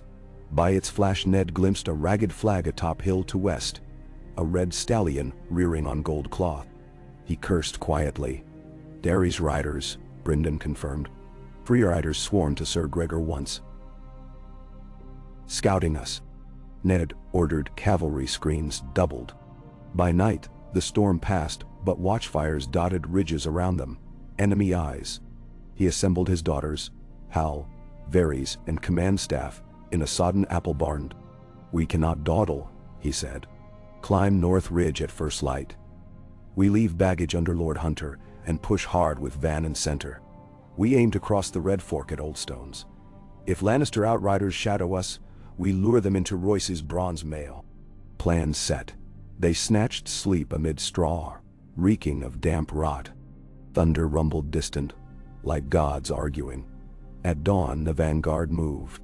Bronze Yon's knights forged ahead, ascended heather-covered slopes, banners streaming. Fog clung low, muffling hoofclops. Halfway up, horns blared. From fog charged enemy cavalry. Timber roster of Derry, Blount and Gregor's lesser bannermen, 200 strong. Spears glittered. Royce's line met them with iron crash. Ned pushed forward to fringe, sword raised. Sansa remained at center, tasked to hold reserve. Arya begged to ride the flank. He refused, ordered her to relay signals, swift and essential. She scowled but obeyed. Battle raged in blind whiteness. Ned carved a path to Royce, parrying spear thrust. Splitting a helm with downward chop, Fog tasted of rust and sweat. But Royce's bronze did what he promised. Turned lance heads aside, broke enemy impetus. Mountain spears seized their moment, pouring from spruce thickets onto enemy rear. Derry horses screamed beneath flurries of stone axes. When sun burned through, the ridge lay littered with dead. Ned wiped blade on cloak, scanning. Fewer than 50 enemies fled, pursuit given. Royce removed dented helm, wiping brow.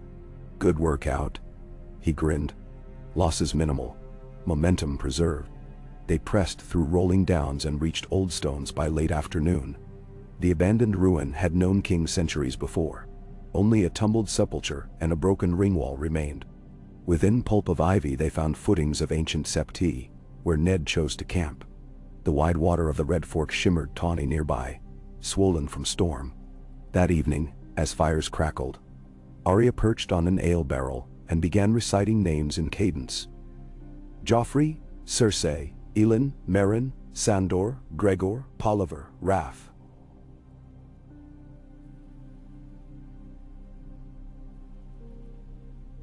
Sansa sat beside her, listening until Arya noticed. "You think it childish. I think it power," Sansa said gently. "Words become deeds if we cling to them. But hatred burns its bearer too." She reached out. Arya hesitated, then allowed the hand to cover hers. For a moment the river's hush and cricket songs wrapped them like old summer quilts. Across camp, Ned knelt, before his pavilion's makeshift table. Maps sprawled beneath candlelight. Varys slipped inside without herald. "A raven arrived under Talon Ring," he murmured. "Encoded, as you taught." He produced the scroll. Ned cracked the wax, a direwolf print. Robb's hand wrote with sure strokes. "Father lives or I wager my soul. We march from the Trident. Lord Frey sends 2,000. Riverrun besieged by Lord Tywin. Will relieve with all speed. Meet at Stony Septi in 7. The message ended with stark motto. Stark indeed. Winter is coming. Ned exhaled. 7 days then. If we keep pace, Varys cautioned. Yet news of Ridge skirmish already flutters. Carrion crows. Freeriders who escaped. Tywin may shift. Let him shift. Ned rolled map. He. We drive wedge here. He tapped Stony Sept on parchment. Harbor folk loyal to Tully. Roads converge like spear points. If Robb arrives, Tywin cannot ignore. Jon Royce entered, boot scuffing. Riders spotted dust west across river. Enemy columns, perhaps Sir Adam. Night crossing slows pursuit. Ned answered. We cross at dawn. Have Smith's grease wheel hubs. I want wagons halfway to the Twins by moonrise tomorrow. Royce nodded. Left. Varys lingered. And after Stony Sept? We break to Crownlands through Kingswood, avoiding the main King's Road. If the city braces for storm, we shall blow at side door. Varys smiled thinly. The fox pried that door in another time. I still hold keys. Ned clasped arm. You are not my sworn man, Varys, but you have shown more honor than some knights. Whatever else comes, you have my thanks.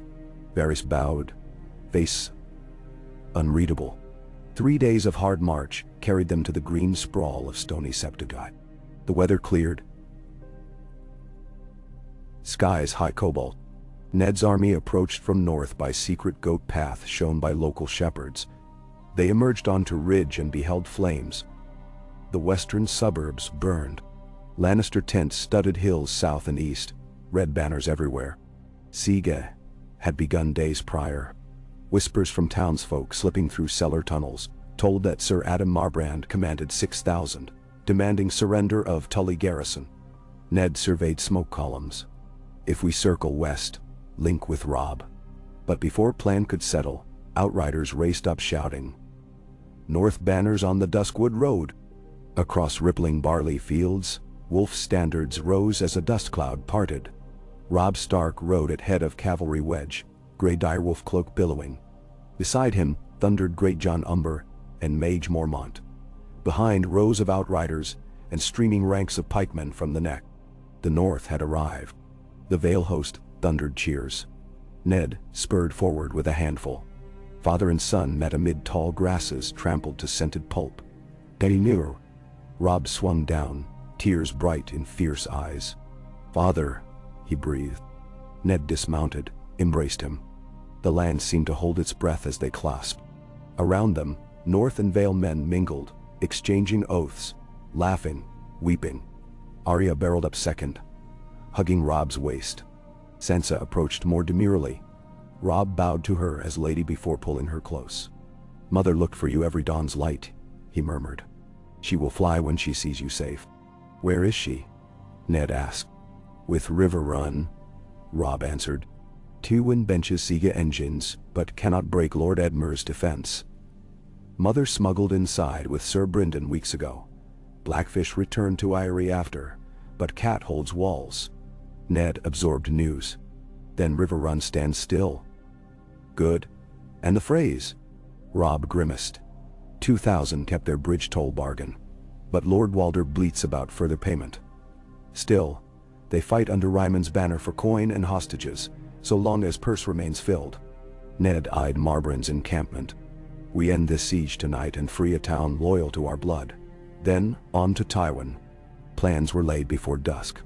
Royce's and Corbray's knights would slide northeast through pine scrub to seize high ground. Robb's outriders circled south under cover of low hills. Mountain spears crept along cliffs to the siege camp's rear. Ned commanded center with Blackfish and Mage Mormont. Infantry and longbow. Sansa remained in the field hospital behind old sept walls, overseeing triage. Arya served as courier once more, needle at side. When stars pricked velvet, signal torches blinked across lines. 1, 2, 3. A lone horn sounded from Royce's ridge, then thunder of hooves. Knights plunged down slope in wedge, bronze and silver helms shining. Lannister lookouts shouted, scrambling. Pikes bristled, but knights smashed lines before they could set. Camps erupted, braziers overturned, pots spilled. Smoke twisted with dust. From the east woods, Stark longbows sang. Arrows hissed, each flight a murder of ravens. Siege crews fell from catapult levers. Marbrand's red ranks milled, trying to reform. Then Robb's cavalry crashed from the south, Great John booming.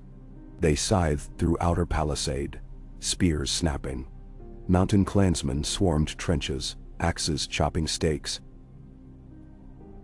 Howling. Ned advanced with halberds, shield line tight, banner overhead. He saw Marbrand rally near the center.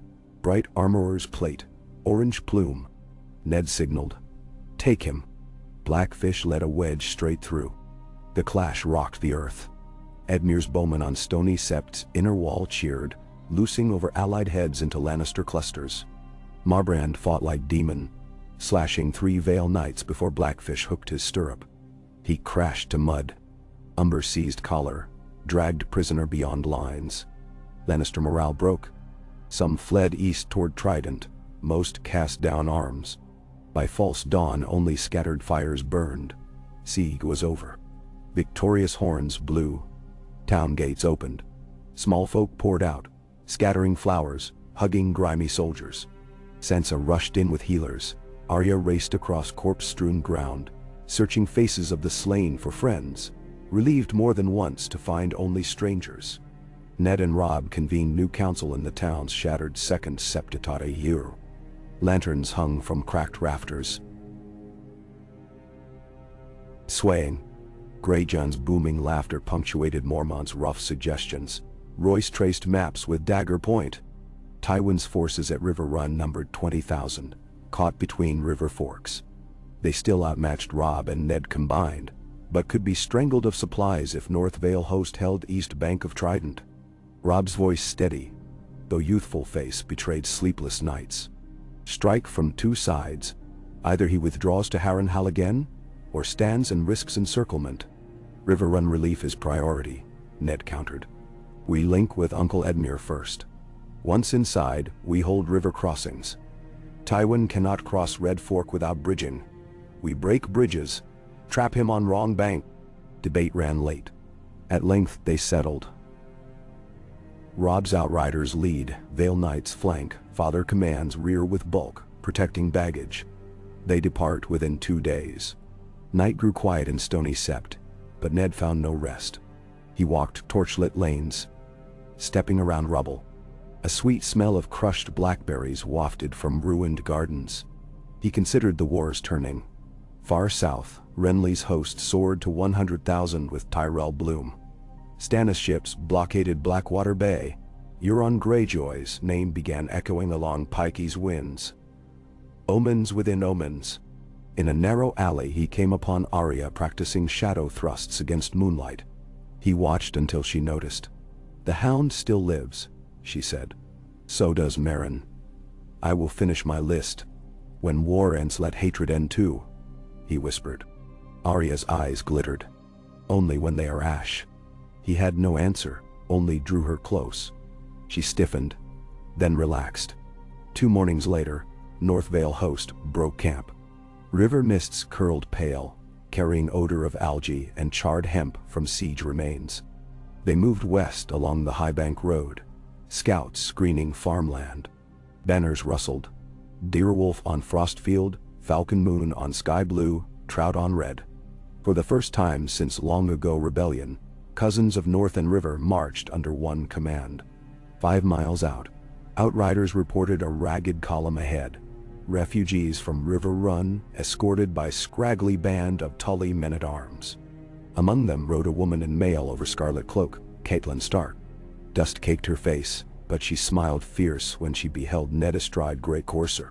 They met mid-road, dismounted, embraced as if years not months had parted them.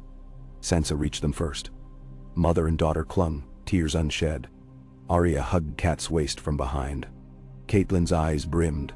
"I feared I would never see any of you again." She brushed Ned's cheek, marveling. "Gods deliver miracles." "Hard-ridden messenger found us," Ned said. "We come to lift siege." Catelyn sobered. "Tywin strengthens lines now that Janie's ford fell. He sets trenches, wooden scorpions, every 100 yards. Supplies run low, but Edmure holds walls." She glanced at marching host. "You bring hope." They rode together, sharing news. Kat spoke of whispers from Stormlands. Renly courting Western lords disenchanted with Lannisters. A fragile alliance may be coaxed. Ned filed note away. That night, they camped near the ruins of Maidstone Mill. Ned and Catelyn walked riverbank alone. Moon shimmered on water, hush broken by croak of frogs. Kat rested head on his shoulder.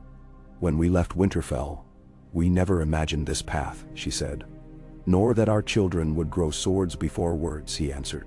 She smiled sadly. "Words can guard as keenly."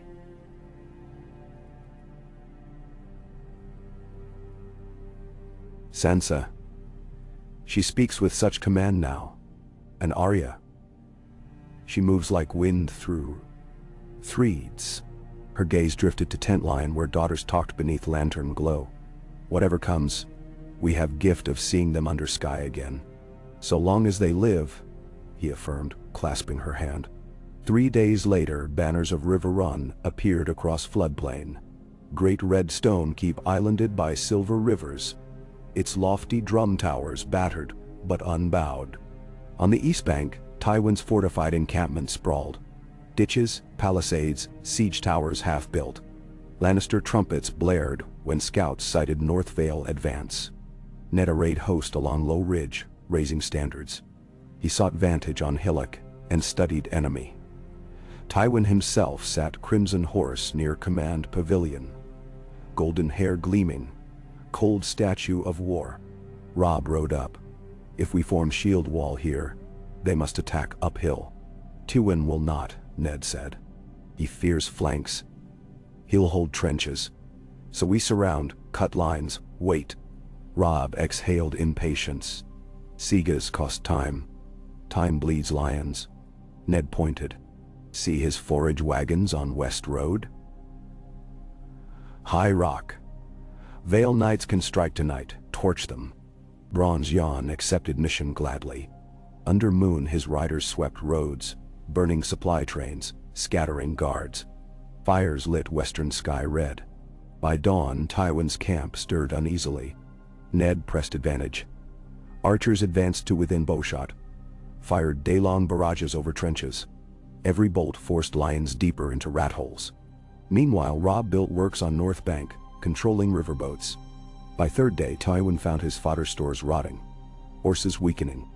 He summoned council. Scouts overheard talk of breakout east to Harrenhal. On fourth night, thick fog rolled off river. Ned anticipated attempt. He stationed mountain spears and Mormont women in silence near ford. Hours before dawn, Lannister vanguard crept out, muffled hooves, torches shielded. When first men reached shallows, bareheaded women sprang with spears, mountain men hurled rocks, North bowmen loosed. Confusion erupted. Tywin's escape failed. He pulled back, casualties heavy. Next morning, trumpets broke camp hush. River Run's gate swung wide. Lord Edmure led sortie. Fish banners streaming. Lions trapped between river and ridges now took arrow from 3 sides. By midday, Tywin sued for parley. Ned, Robb, Catelyn, Blackfish and Bronze Jan waited in pavilion on Neutral Island Shoal. Tywin arrived with 2 sons, Tyrion, grim in studded jerkin, and Kevin. Cersei absent, still in city presumably. Tywin's pale green eyes fixed Ned. "I see the rumors of your survival were not exaggerated," he said without inflection. "Your jailers grew careless," Ned replied. Parley stretched hours, talk of prisoner exchange, supply corridors for wounded, safe conduct of smallfolk. Ned pressed demands. Withdrawal from Riverlands, return of Ice's broken shards, recognition of Robb as Lord of Winterfell and Warden of North, and council to meet on succession, once bastard charge settled. Tywin refused, calling Robb rebel. Talks ended stalemate. War would continue. Yet intelligence gleaned during parley proved gold. Tywin's scouts lost contact with King's Landing. Blockade around Dragonstone crumbled. Stannis' fleet sailed north with Queen's men. A 3-front war now threatened Lannisters. Ned decided next move. Strike at capital while lions pinned in Riverlands. Preparations quick. River Run garrison replenished, wounded treated, Edmure left to defend. Robb and Vale host would march south, swift with light columns. Catelyn remained behind to oversee Riverland's relief, though she pledged to ride after once stability restored. On midsummer's dawn, banners streamed southward again. Ned led column across Green Fork via makeshift pontoon, then veered into Kingswood by secret roads, evading Lannister watchers.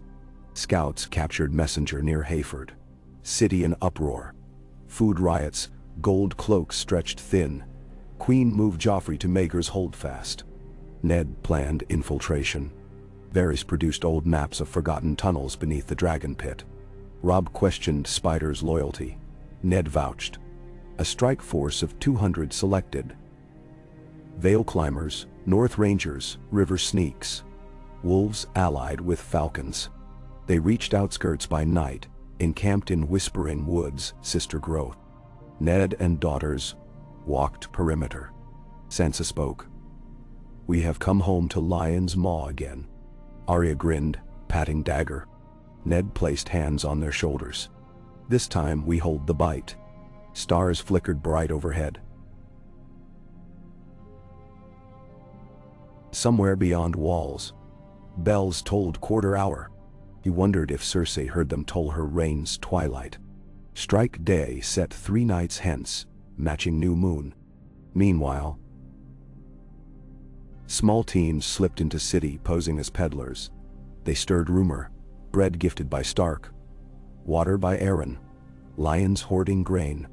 On second evening, bread riots broke along Street of Flower. Gold cloaks battered crowds, but discontent spread.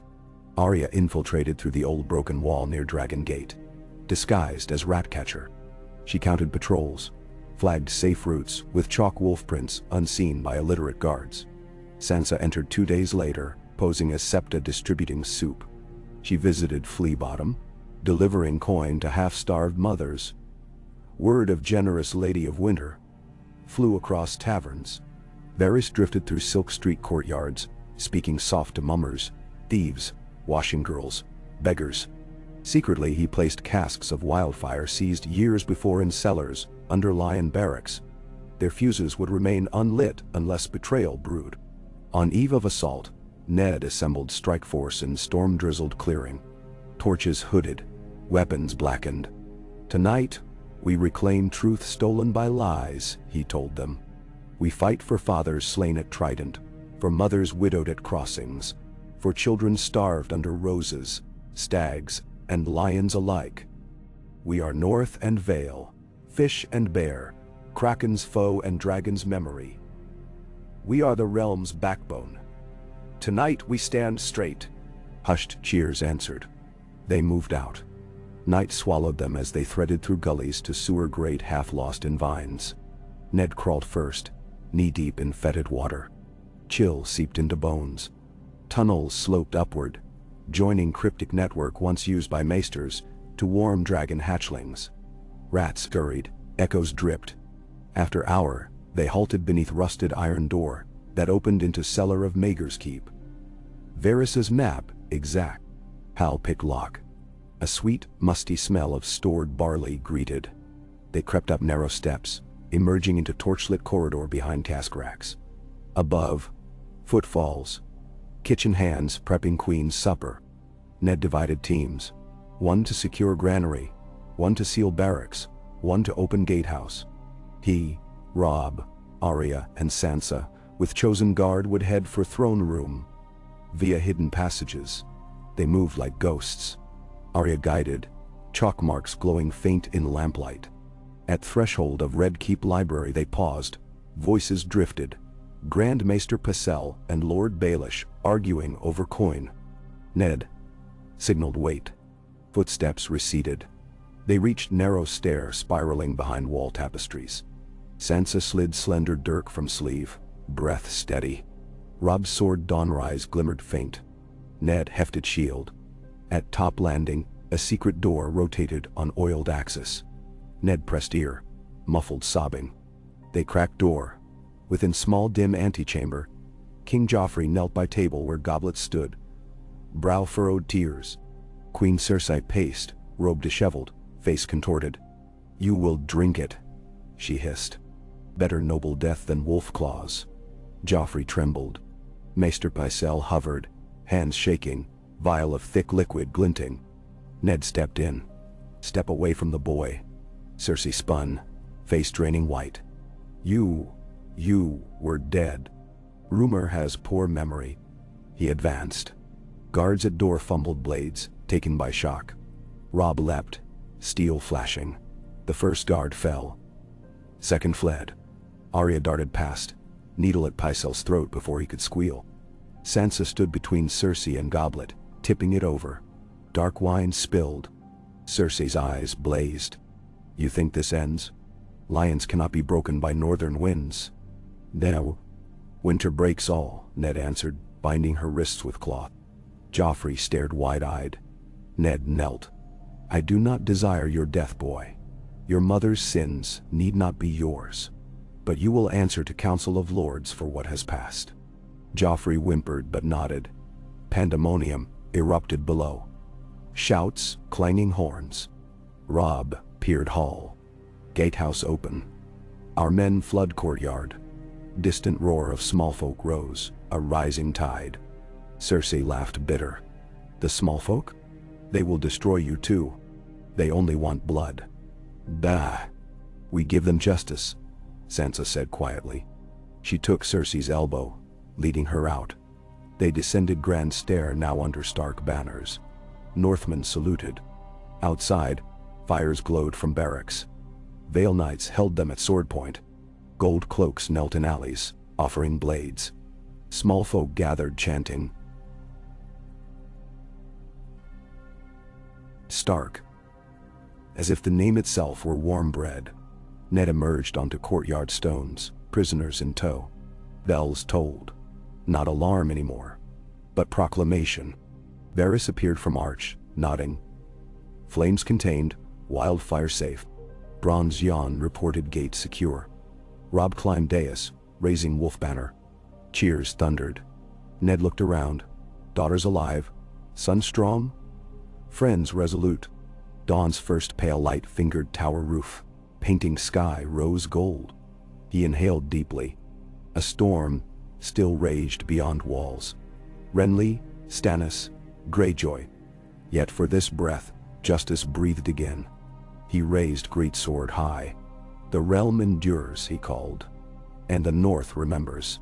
But memory alone could not knit a realm. Over the weeks that followed, Ned convened lords in the ruined throne room, now draped in banners of every house that had tasted lion claws. They debated crown succession. Some urged Robb to claim throne, others Stannis by line, still others favored Council of Regents. Ned listened, weighing blood costs. Sansa worked tireless in city streets, establishing bakeries, ration queues, sewing houses for war widows. People began hailing her as Lady Winter's Grace. Arya hunted remnants of Goldcloak brutality. Though father sternly limited her pursuits, still she found non-lethal outlets, drilling City Watch recruits in quick blade. Robb oversaw garrison drill, forging unified guard from disparate banners. He spoke nightly with Father of Governance, absorbing lessons slower but sure. Letters reached them. Balon Greyjoy crowned self-king of Seastone Chair, raiding western coasts. Renly massed Tyrell host outside Storm's End. Stannis landed at Crackclaw Point. When Daeus cast long shadows upon Hall, Ned would wander Godswood, where patch of weirwood transplanted centuries before still clung. There he felt quiet, though heart bore weight of choices looming. One eve, Varys approached silently. Ravens fly faster than ravens die. Stannis sails upriver. His fleet slips chain defenses. He means to press rightful claim. Men? Ned considered. He is lawful heir. Yet realm bled from one boy's cruelty. Another king's iron might soon follow. People crave peace. Peace demands compromise. Varys murmured. Perhaps Council of Regents, each king a steward rather than sovereign. 3 kings to share one crown. Ned mused. Varys smiled faint. Stranger things hatch in dragon pits. Days later, Ned rode forth to meet emissaries from Stannis and Renly at Blackwater Fort. Under truce they parleyed. Stannis astern, envoy Sir Davos, and Renly's bright Sir Loras. Ned proposed summit. The assembled lords of realm to choose steward regent until prince of proper age, guided by code of old. Stannis, proud, balked but postponed assault. Renly's side found favor. Peace allowed them time to secure alliances. Davos pledged to carry Ned's words to his king. Meanwhile, Tywin's messengers sought prisoner exchange. Ned agreed. Sansa escorted Cersei and Joffrey north to River Run under guard, to be held until council ruled. Cersei's fury glared, but she rode. Sansa volunteered escort duty. Ned reluctantly consented, trusting her growth. Arya begged to accompany. He allowed her under Greyjoy's command, certain she'd slip leash regardless. With city stabilizing, Ned dispatched ravens summoning lords to great council at King's Landing. First such since J. Harry's reign. He wrote each letter by hand, sealing with direwolf ring wax.I. When last scroll left Rookery, he stood at parapet, gaze wandering across rooftops where new gardens sprouted from ashes. In silence Ned felt weight shift. From blade to quill, from war shards to realm tapestry. The path ahead remained perilous. Greyjoy krakens, dragon rumors to east, wildfire caches humming in vaults. Yet he had survived dungeon and war, gathered pack, bound realms, broken bones. Iron might yet pierce, but hope tempered man stronger than steel. He breathed deep, salt tanged dawn, and faintly, far off, heard winter winds whisper across sky roofs. Not warning now but promise, of cleansing snows, of hearth reunions, of seedlings beneath cold loam awaiting spring's call. And he knew that whatever battles yet thundered, the north, like memory, would endure. The raven perched upon frosted sill of Maester Aemon's window atop the wall, weeks later carried slim parchment. Blind eyes misted as frail hands traced ink. Eddard Stark lives, realm calls great council. Winter ready, the ancient Maester smiled, raising face to brittle stars. So the wheel turns again, he breathed. Far below, ghostly horn echoed among ice ramparts, heralding another dawn, another chance. And somewhere deep inside the spine of Westeros, where old gods slumbered tangled in root and stone, a pulse quickened, recognition that men of honor still walked the land, that wolves still howled for justice, and that songs of truth, though muffled long by fear, would one day ring as loud as any war horn across hills of home. Ka. A chill wind scuttled through the courtyard of Maegor's Holdfast, rattling the iron spikes atop the walls, as though fingers scraped their length. Winter's promise rode the breeze even here, far south of the snows, and in its wake came a restless hush. Courtiers murmuring behind brocade sleeves, soldiers glancing northward, as if the wall itself might march. Yet within the Red Keep, torches burned defiantly and hammers rang, for Eddard Stark would see the palace reborn, and the city steadied before ice claimed the land. He stood upon the half-ruined rampart above the Trader's Walk, cloak snapping around his heels. At his side, Sir Brynden Tully traced the curve of the Blackwater with a gloved finger. Below, masons swarmed like ants, wrestling blocks of pale stone into fractured parapets, and crossbowmen drilled in silent rows. Every sound rose clean upon the wind. Stones clacking, arrows thudding, and beneath them the low murmur of thousands in the streets beyond. A great hush of anticipation. They say Renly's green tide has camped at Bitterbridge. The Blackfish murmured, gray hair lifting. 70,000 spears, bright and pretty as new copper, and half the Reach's harvest wagons behind them. And Stannis holds Storm's End fast, Ned answered, eyes on a gull wheeling over the river. Sir Davos last Raven swore the king will parley once more, but he marches with iron discipline. I feel him closer each dawn, closer to the city, or to war. War, if we fail. Ned exhaled. But Stannis Baratheon is a man of grim justice. He will choose counsel rather than slaughter if he sees hope. And Renly? Brynden asked, turning. Renly growls like a summer cub, all teeth and banners. He wants a crown gilded, not tempered. Yet even a cub may listen if the pack surrounds him. A horn echoed faint across the roofs. Ned's gaze swung north where the gate of the gods yawned. A dust plume coiled above the King's Road. Riders approached in column, steel glints and fur-lined cloaks. Our guests, he murmured. They entered as the sun breached the walls, a wedge of gray and russet beneath the wolf banner and the ploughman's sunburst of House Manderley. Lord Wyman himself did not ride. The Lord of White Harbor had grown too vast to travel swiftly, but his heir Sir Willis led, cheeks ruddy beneath frost-crusted beard. Flanking him rode Lady Alice Karstark, lean as her mount, and Sir Helmund Tallheart in river-dusted plate. Behind stretched carts of grain and casks of fish oil, White Harbor's pledge, rolling through the God's Gate with creaking wheels and the cheers of hungry smallfolk. Ned descended the steps to meet them, Robb at his right and Arya on the stone banister above. Legs swinging, Sansa stood near the gatehouse arch, flanked by waiting pages. As the column halted, Sir Willis swung down, knees stiff from weeks astride, and knelt upon cracked mosaic. "Lord Stark," he said, voice deep as winter seas. White Harbor answers. "My father sends you bread and flesh and ships to bear more." "Then Dasau." Ned clasped his shoulders, raising him. "Your journey honors us. Rise and break bread under this roof. It is yours as Winterfell's." The Northmen's arrival lit fresh sparks in the city's heart. Food stores doubled overnight. Fishmongers found barrels of herring delivered before dawn. Bakers discovered sacks of northern rye at their doors. Sansa oversaw distribution. Scribes at her elbows. Coin boxes clattering as she balanced mercy against ruin. The flea-bottom alleys rang with a new chant. Wolf bread for all. While children chased each other in games of direwolves and lions, the old drafts of stone men forgotten. That night Ned convened his small council in the Tower of the Hand, a council swollen well beyond its cramped chamber. Robb sat opposite his father, Mace Tyrell's seat conspicuously empty despite entreaties. Bronze Yohn Royce polished scrollwork gauntlets, while Sir Davos Seaworth occupied the chair once reserved for Baelish humility masking keen eyes. Varys observed from a corner near the hearth, ink-stained fingers steepled. To either side clustered envoys, a black-clad maester from Dragonstone, a matron of the faith representing the High Sparrow's swelling flock, and two grizzled brothers of the Night's Watch, still shedding wall snows from their cloaks.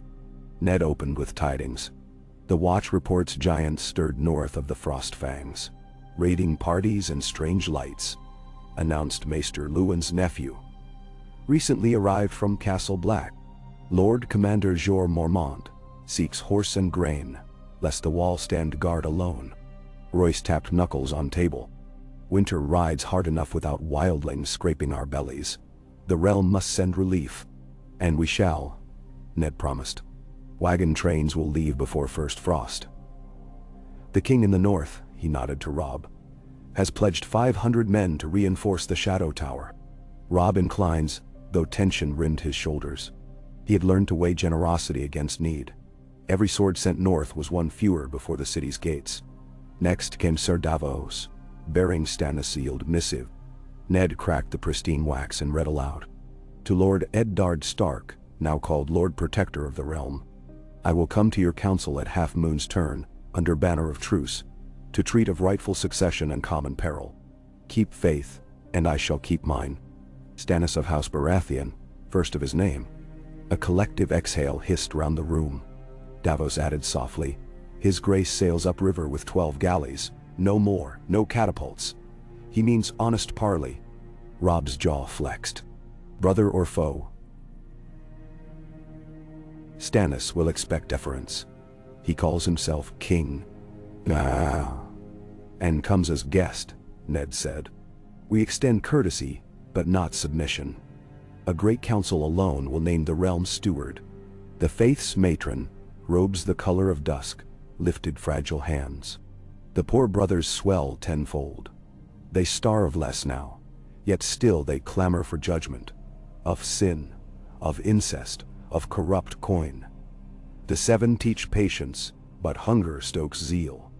We ask voice at this council, Lord Stark. You shall have it, Ned assured. All the realm's children must speak. Even Loras Tyrell? Arya muttered from shadow. She had slunk in behind a pillar, unseen by most. Her father's glance scolded, but her grin widened. Finally Varys rose, fat shadows behind his eyes. Word from the east. The Sellsword Company's second sons hires without coin, asking instead vows for a queen unnamed.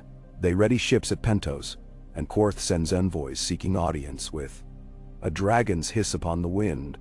Murmurs followed like skittering mice. Ned silenced them. Let Tarth and Dorne mind the narrow sea. Our strength must hold here. Nay. When council ended, torches guttered in the stairwell and cool damp crept from stone. Ned dismissed retainers, but Robb lingered as others filed out. Father, he said, voice low. You treat with Stannis and Renly, you barter with lords. Yet every raven tells of Greyjoy sails. They raid the western shore.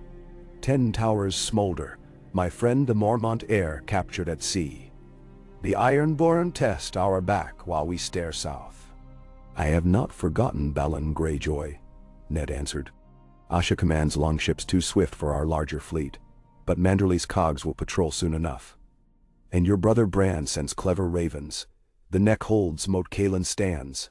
The Krakens shall not swim farmland. But River Run bleeds, Robb pressed. And still Tywin Lannister skulks at Harrenhal, licking wounds. We broke him once, yet he regroups. Ned saw worry etching lines across his son's young face. Lines that should have waited years. He set both hands on the boy's shoulders. Winter does not slay harvest in one night. We strike where ground is ready, not where pride lures. His voice gentled. You will have your field soon, Robb. Let this council sow its seed first. Robb breathed slow, nodding. He had seen enough corpses to value patience. Still, as he turned away, Ned marked a fierce spark in his eyes. The need to defend those trusting his banner. 5 mornings later, King Stannis' galleys crawled into the Blackwater beneath a sullen sky. Their bright, flaming hard banners fluttered in sullen wind. At each prow, glowered wooden stags crowned with antlers stained red. The riverbanks thronged with onlookers. Many had never seen a king. Now 3 boasted claim, and rumors muttered of a dragon queen across the world. Children sat atop shoulders, waving scrapcloth direwolves. Old men hissed curses learned beneath mad Aerys fires. Ned rode to the quay with a retinue of Northmen and Vale knights, but no grand pageant. Simplicity suited Stannis. The Blackfish, Sir Willis Manderley, and Ironfoot of the Mountain Clans flanked him, along with Davos pacing ahead. Robb remained in the castle, simple enough for the day. Gangplank thunked. Stannis Baratheon strode ashore in plain mail, crown of dark iron upon a brow scarred by salt and sun. He halted before Ned. For heartbeat they regarded one another. The man who had once honored Robert as brother, and the man who had served Robert with faith. Lord Stark, Stannis said, voiced the crunch of gravel. Your Grace, Ned returned, inclining his head but not kneeling. King's Landing welcomes you under truce. A flicker flashed behind Stannis' cold eyes, not quite approval. He turned aside to survey the modest guard, perhaps expecting treachery, certainly judging every face. Then he spoke again. We will proceed to your great council swiftly. My fleet shall anchor mid-river and my men remain aboard, save my own guard. No riots, no pageants. As you wish. Ned stepped aside, gesturing to the palanquin waiting. A courtesy Stannis waved away. The king in the narrow sea preferred his own legs. So they walked, cloaks snapping, through streets lined by silent crowds. Sansa had organized bread lines earlier. New loaves cooled on tables, their scent easing tension. Still, eyes followed Stannis' passage with wary awe. At the Red Keep's gate, Robb descended marble steps to greet Stannis, flanked by Bronzeon and Sir Helman Tallheart. The 2 kings, one declared by northern swords, one by law, stopped a spear's length apart. Stannis' gaze swept Robb's gray cloak, eyes narrowing at embroidered direwolf. You were a boy at Winterfell when I visited once, he said. I remember your stern eyes upon the lists. Robb answered steadily. You mocked the southern squires when they fell. They swung swords like dancers, Stannis grunted. Still do. Robb half smiled, not sure if insult lingered. Ned interposed. Your quarters await, your grace. The council gathers after sundown. But Stannis' attention shifted over Robb's shoulder. Arya stood upon the balustrade, arms crossed, dirty breeches, and a wolf's paw brooch at her throat. She met his stare unabashed. Stannis' lips twitched. Approval or concern? Impossible to tell. He strode past.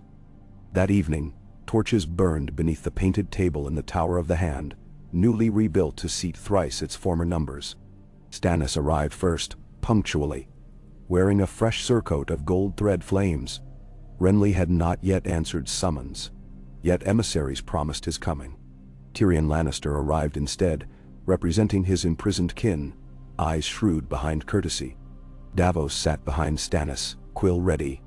From Riverrun came Edmure, still swathed in healing bandages, but firm. Sir Brynden stood at his back.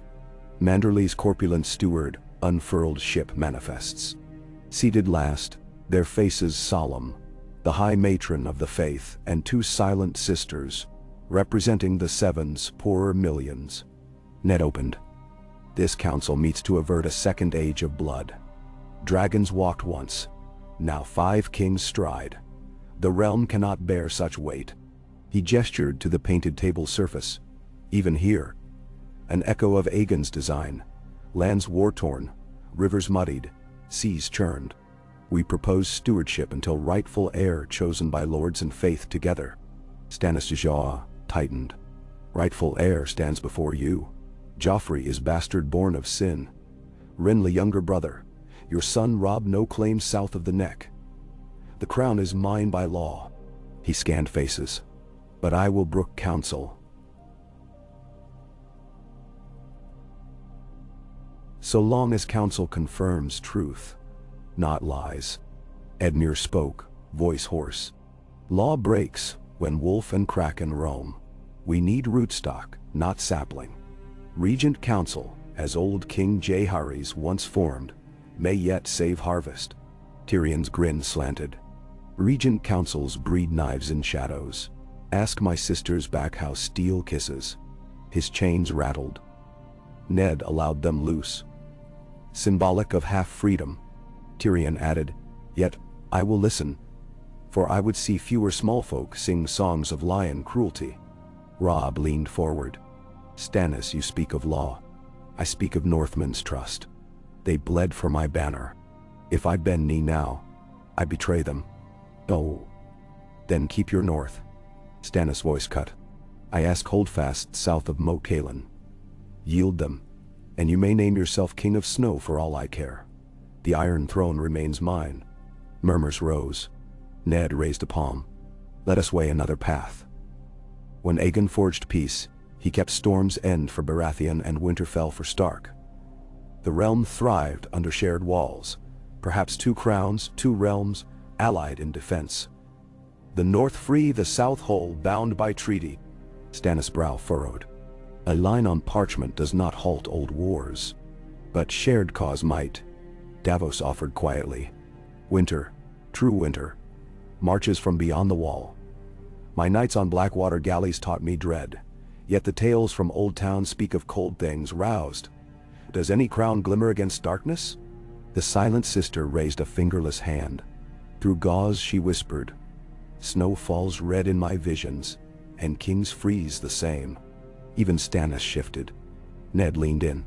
Let this council decree first that the wall shall be reinforced by every kingdom. Men, grain, firestone, then we settle lands. We pledge swords to stand together against the dead. Nan? Agreement, murmured. Only Tyrion looked thoughtful, eyes distant. He sipped wine, nodding at ghosts. Debate turned to numbers. Manderley pledged 3 forage fleets. The Reach seat remained silent, Renly absent. Stannis offered 40 casks of dragon glass gleaned from Dragonstone's slopes. The Faith promised volunteers. Ned promised riverboats. They adjourned at moon's zenith, exhausted but breathing the same uncertain hope. A raven soared at dawn bearing Renly's colors. He rode north with 20 knights, banner of the crowned stag rose. He entered the city 2 days later, trombones blaring, small folk gawking at bright caparisons. Where Stannis strode in silence, Renly cantered beneath garlands, distributing coin in handfuls. He dismounted before Maegor's holdfast with flourish, green armor gleaming. On the steps Robb met him, offering simple greeting. Renly clasped his arm, laughing loud. Robb the King of Snow. I followed my brother Robert once into taverns rowdier than this keep. He'd love your style, young wolf. Robb managed polite nod. Inside, Renly confronted Stannis in the throne room. The older brother stood at foot of iron monstrosity, gauntlet resting on pommel of plain sword, eyes unblinking. You took my seat, brother. Renly jested. And a hard seat it is. Spikes in unkind places. Save japes for mummers. Stannis replied. We speak of crowns. We speak of people, Ned corrected, stepping between. The realm stands at cliff's edge. Bent knees may break, but locked arms might hold. Renly studied Ned, then glanced to Sansa approaching with Arya in tow, both clad in night blue velvet stitched with white fireflies. Your daughters found rich dyes. He bowed to them, earning Arya's snort. Sansa met his gaze. Color hides bloodstains poorly, your grace. He straightened, sobered. True. Very well then. Let us hear this northern pact. 3 nights passed in council, behind closed doors. Quills scratched parchment. Voices rose, fell, found compromise. At last, in the ruins of Baelor's Sept, still roofless, where stars hung like dragonglass shards, the lords of Westeros assembled to witness decree. They gathered in concentric circles, Stannis before broken pillars, Renly at his side, Robb across the dais. Between them, Ned Stark stood on a low stone dais, parchment clasped. Wind whistled through charred buttresses, torches guttered, casting monstrous shadows. Ned unfolded the document. Here now. His voice carried, clear and iron-steady. By covenant of lords assembled and sworn under the eyes of the 7, the old gods and the mother's tears, we declare. First, that the threat of winter, whites, and all dark rising beyond the wall shall be met in common cause by every lord paramount, great and small, regardless of crown. Second, that until such darkness is vanquished, the Iron Throne shall stand vacant, its power vested in a regent council of 7. King Stannis Baratheon, Lord Protector of the South. King Robb Stark, Lord Protector of the North. Lady Sansa Stark in council for the faithful commons. Sir Davos Seaworth representing the fleet and tides. Lord Mace Tyrell, or in his absence Sir Loras. Third, that at winter's end, a great moot shall assemble in neutral ground, to name sovereign of the realm by vote of lords and faith combined. Fourth, that no king or lord shall prosecute war upon another sworn to this pact until after the moot, save in self-defense. So witnessed and sealed on this, the 7th day of the 9th moon, in the 115th year after the passing of King Robert Baratheon. As silence fell, Ned produced plain iron dagger and drew it across his palm. Crimson welling, he pressed palm to parchment. Stannis stepped forward next, performing same rite. Then Robb, Renly, Davos, Edmure, and Brynden. 12 High Lords followed.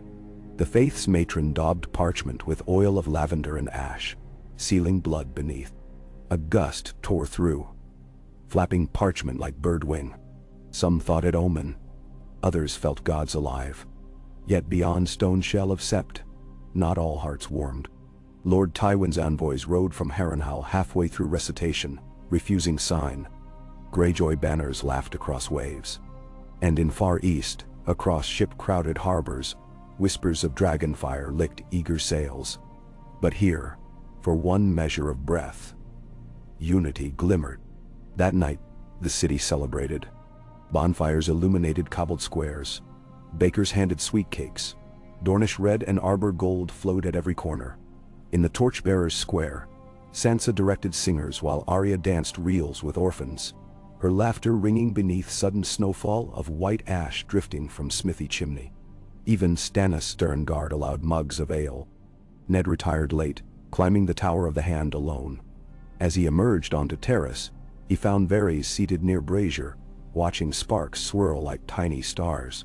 "You forged a rare sword tonight," the eunuch murmured. "One tempered of 7 steels. Let us pray it does not shatter." Ned leaned on parapet.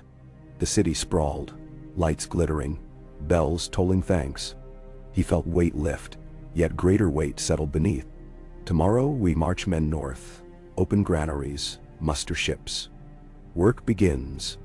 Yes. Varys inclined head, and still the tide of intrigues rises. Already spies scurry. Tyrell men weigh loyalty. Baelish hides in Bravos. Euron's ravens speak of crowns of smoke. Peace is a door cracked.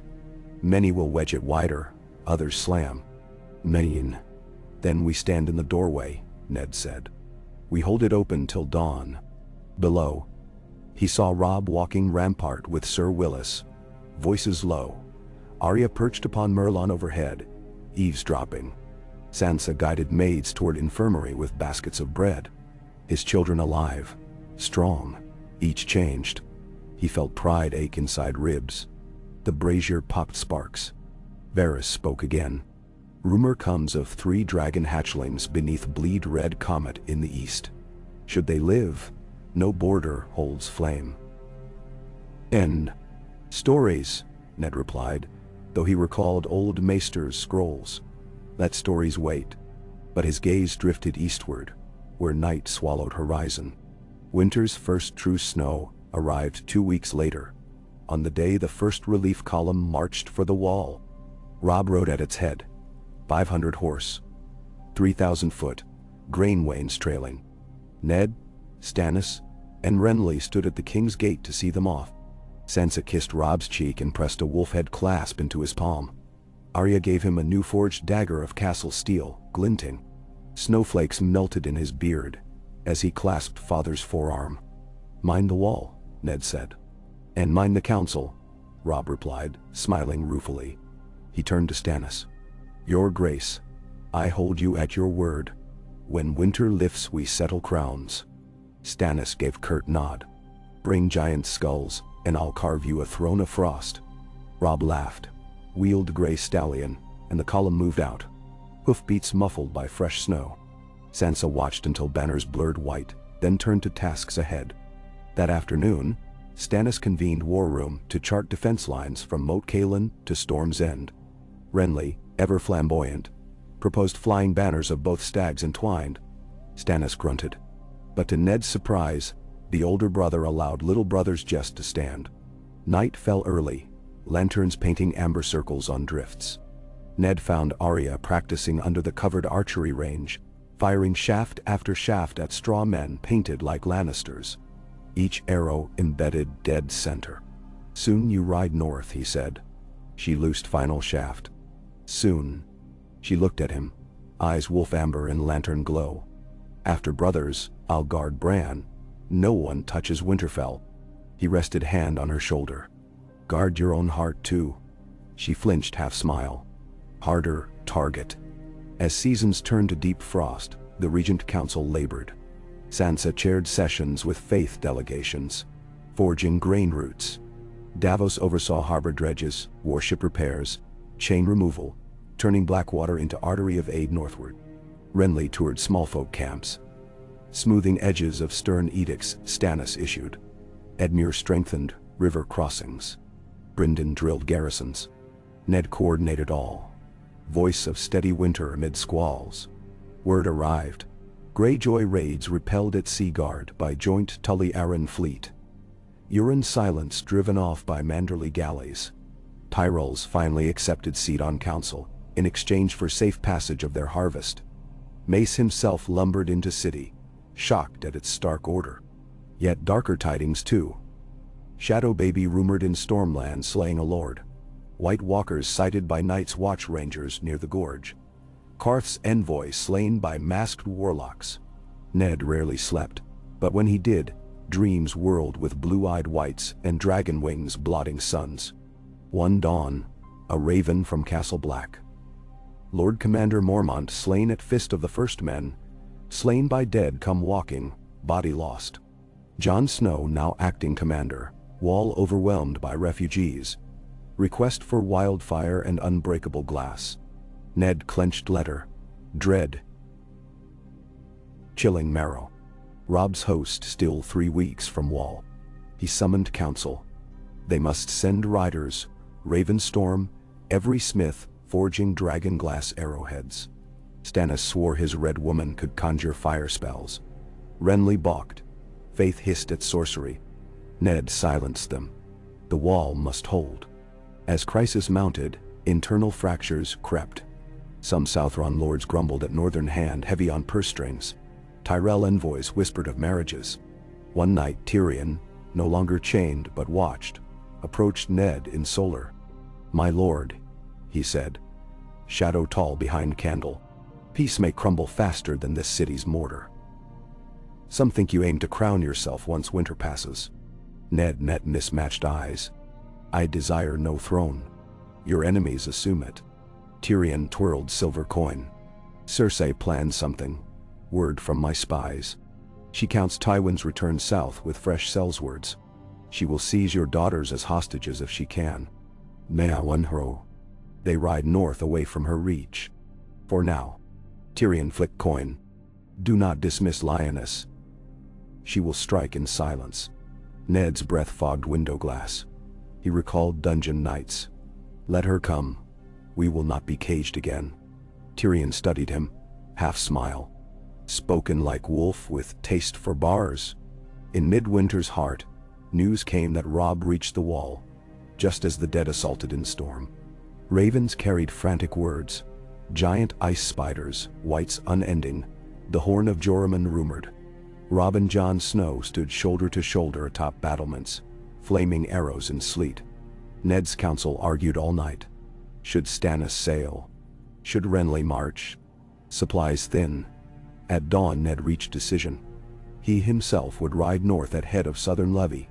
Stannis beside him with Stormlander heavy horse. Renly would govern in absence with Sansa and Davos guiding grain. Sansa protested, but Ned's hug silenced debate. Arya smirked. She had already packed. They would ride to Winterfell first, muster every man able, then push to Wall. Wolf and Stag banners united. Departure day dawned blizzard pale. In the courtyard Ned mounted his old warhorse, snowflakes dancing about mane. Sansa handed him a roll of parchment. Tax ledgers and grain maps scribbled in her fine hand. "So you remember city still lives," she said, voice strong. "I remember," he whispered. She then embraced Arya, who wore boiled leather and sword-bearer's cloak. "No heroics," Sansa urged. "Small heroics," Arya countered, grin wide. "Just enough." They parted. Trumpets sounded. Gates swung wide. Stannis' mailed columns clanked, banners snapping. Ned's last sight of his elder daughter was her standing tall on battlements, wind-whipping hair, parchment clutched like shield. They rode north into White World. For weeks, they battled ice-clogged roads, wolves stalking perimeters, Greyjoy raiders lured inland by false trails.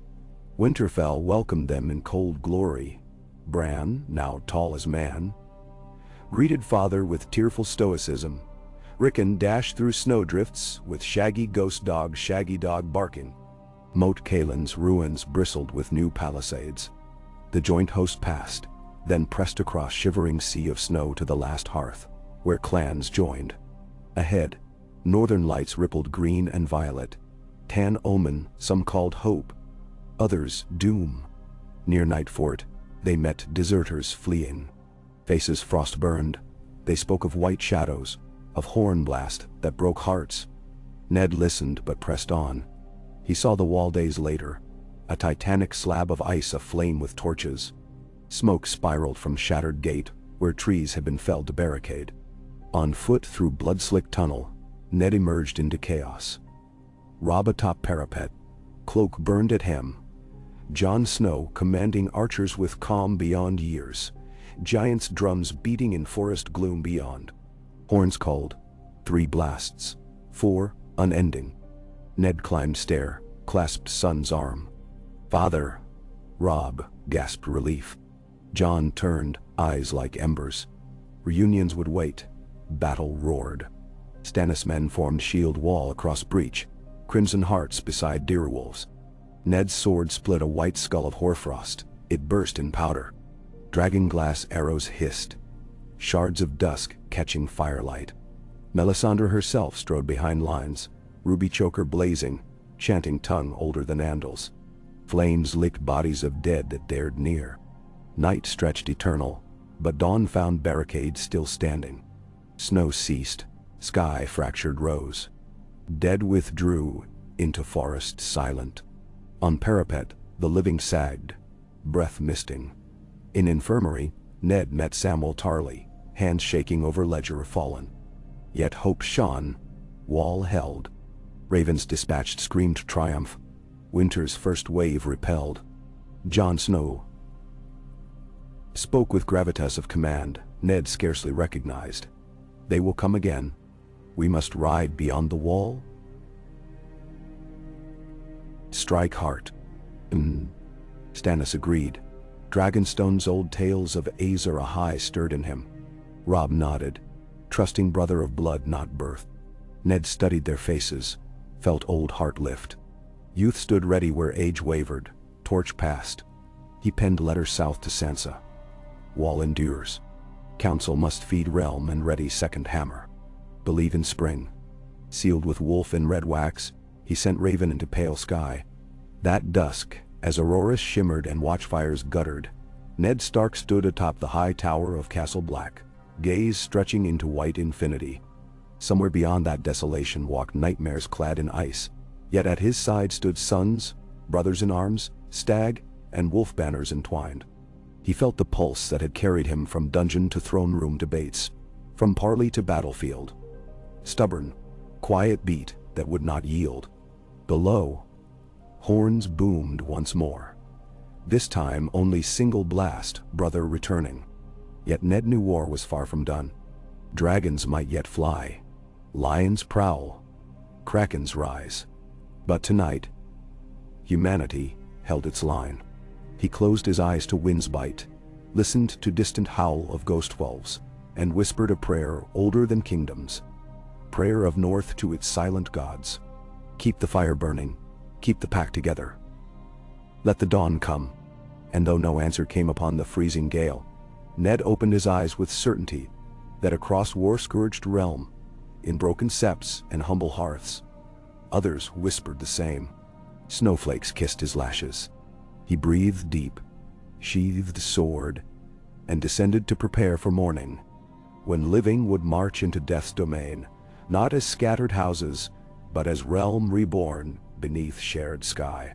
For the storm had broken, the wolves had rallied, and in the union of iron, ice, and stubborn human will, the first fragile ember of a new age glowed, no longer dimmed by dungeon stone, nor silenced by tyrant's lies, but fed by sacrifice and tempered by honor unbowed.